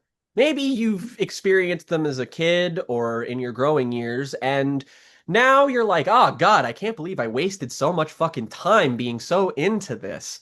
And I wanted to do something a little bit unique. So I'm going back to the past. I had to recollect, I had to remember it. You might even say that I had to remember it so that you don't have to. Jen, The I am recommending podcast you game is already I too fucking full of this shit, and you know it, and you're just I am doing it. It's me recommending off. you a curated playlist of videos by the content creator by the name of the Nostalgia Critic on YouTube. 5 videos that I think epitomize this presence online and will give us a window into what many have been weaned on online for it comes to online media criticism. I will share them with you after this. But Okay. one of the ones we will be talking about, actually, fuck it, I'll just say it right off the bat. Nostalgia Critics episode on the wall, Okay. Mad Max, Hocus Pocus, and That one. AI. Okay. The last two I don't know anything about. I know the joke about the Mad Max one, but I haven't seen it.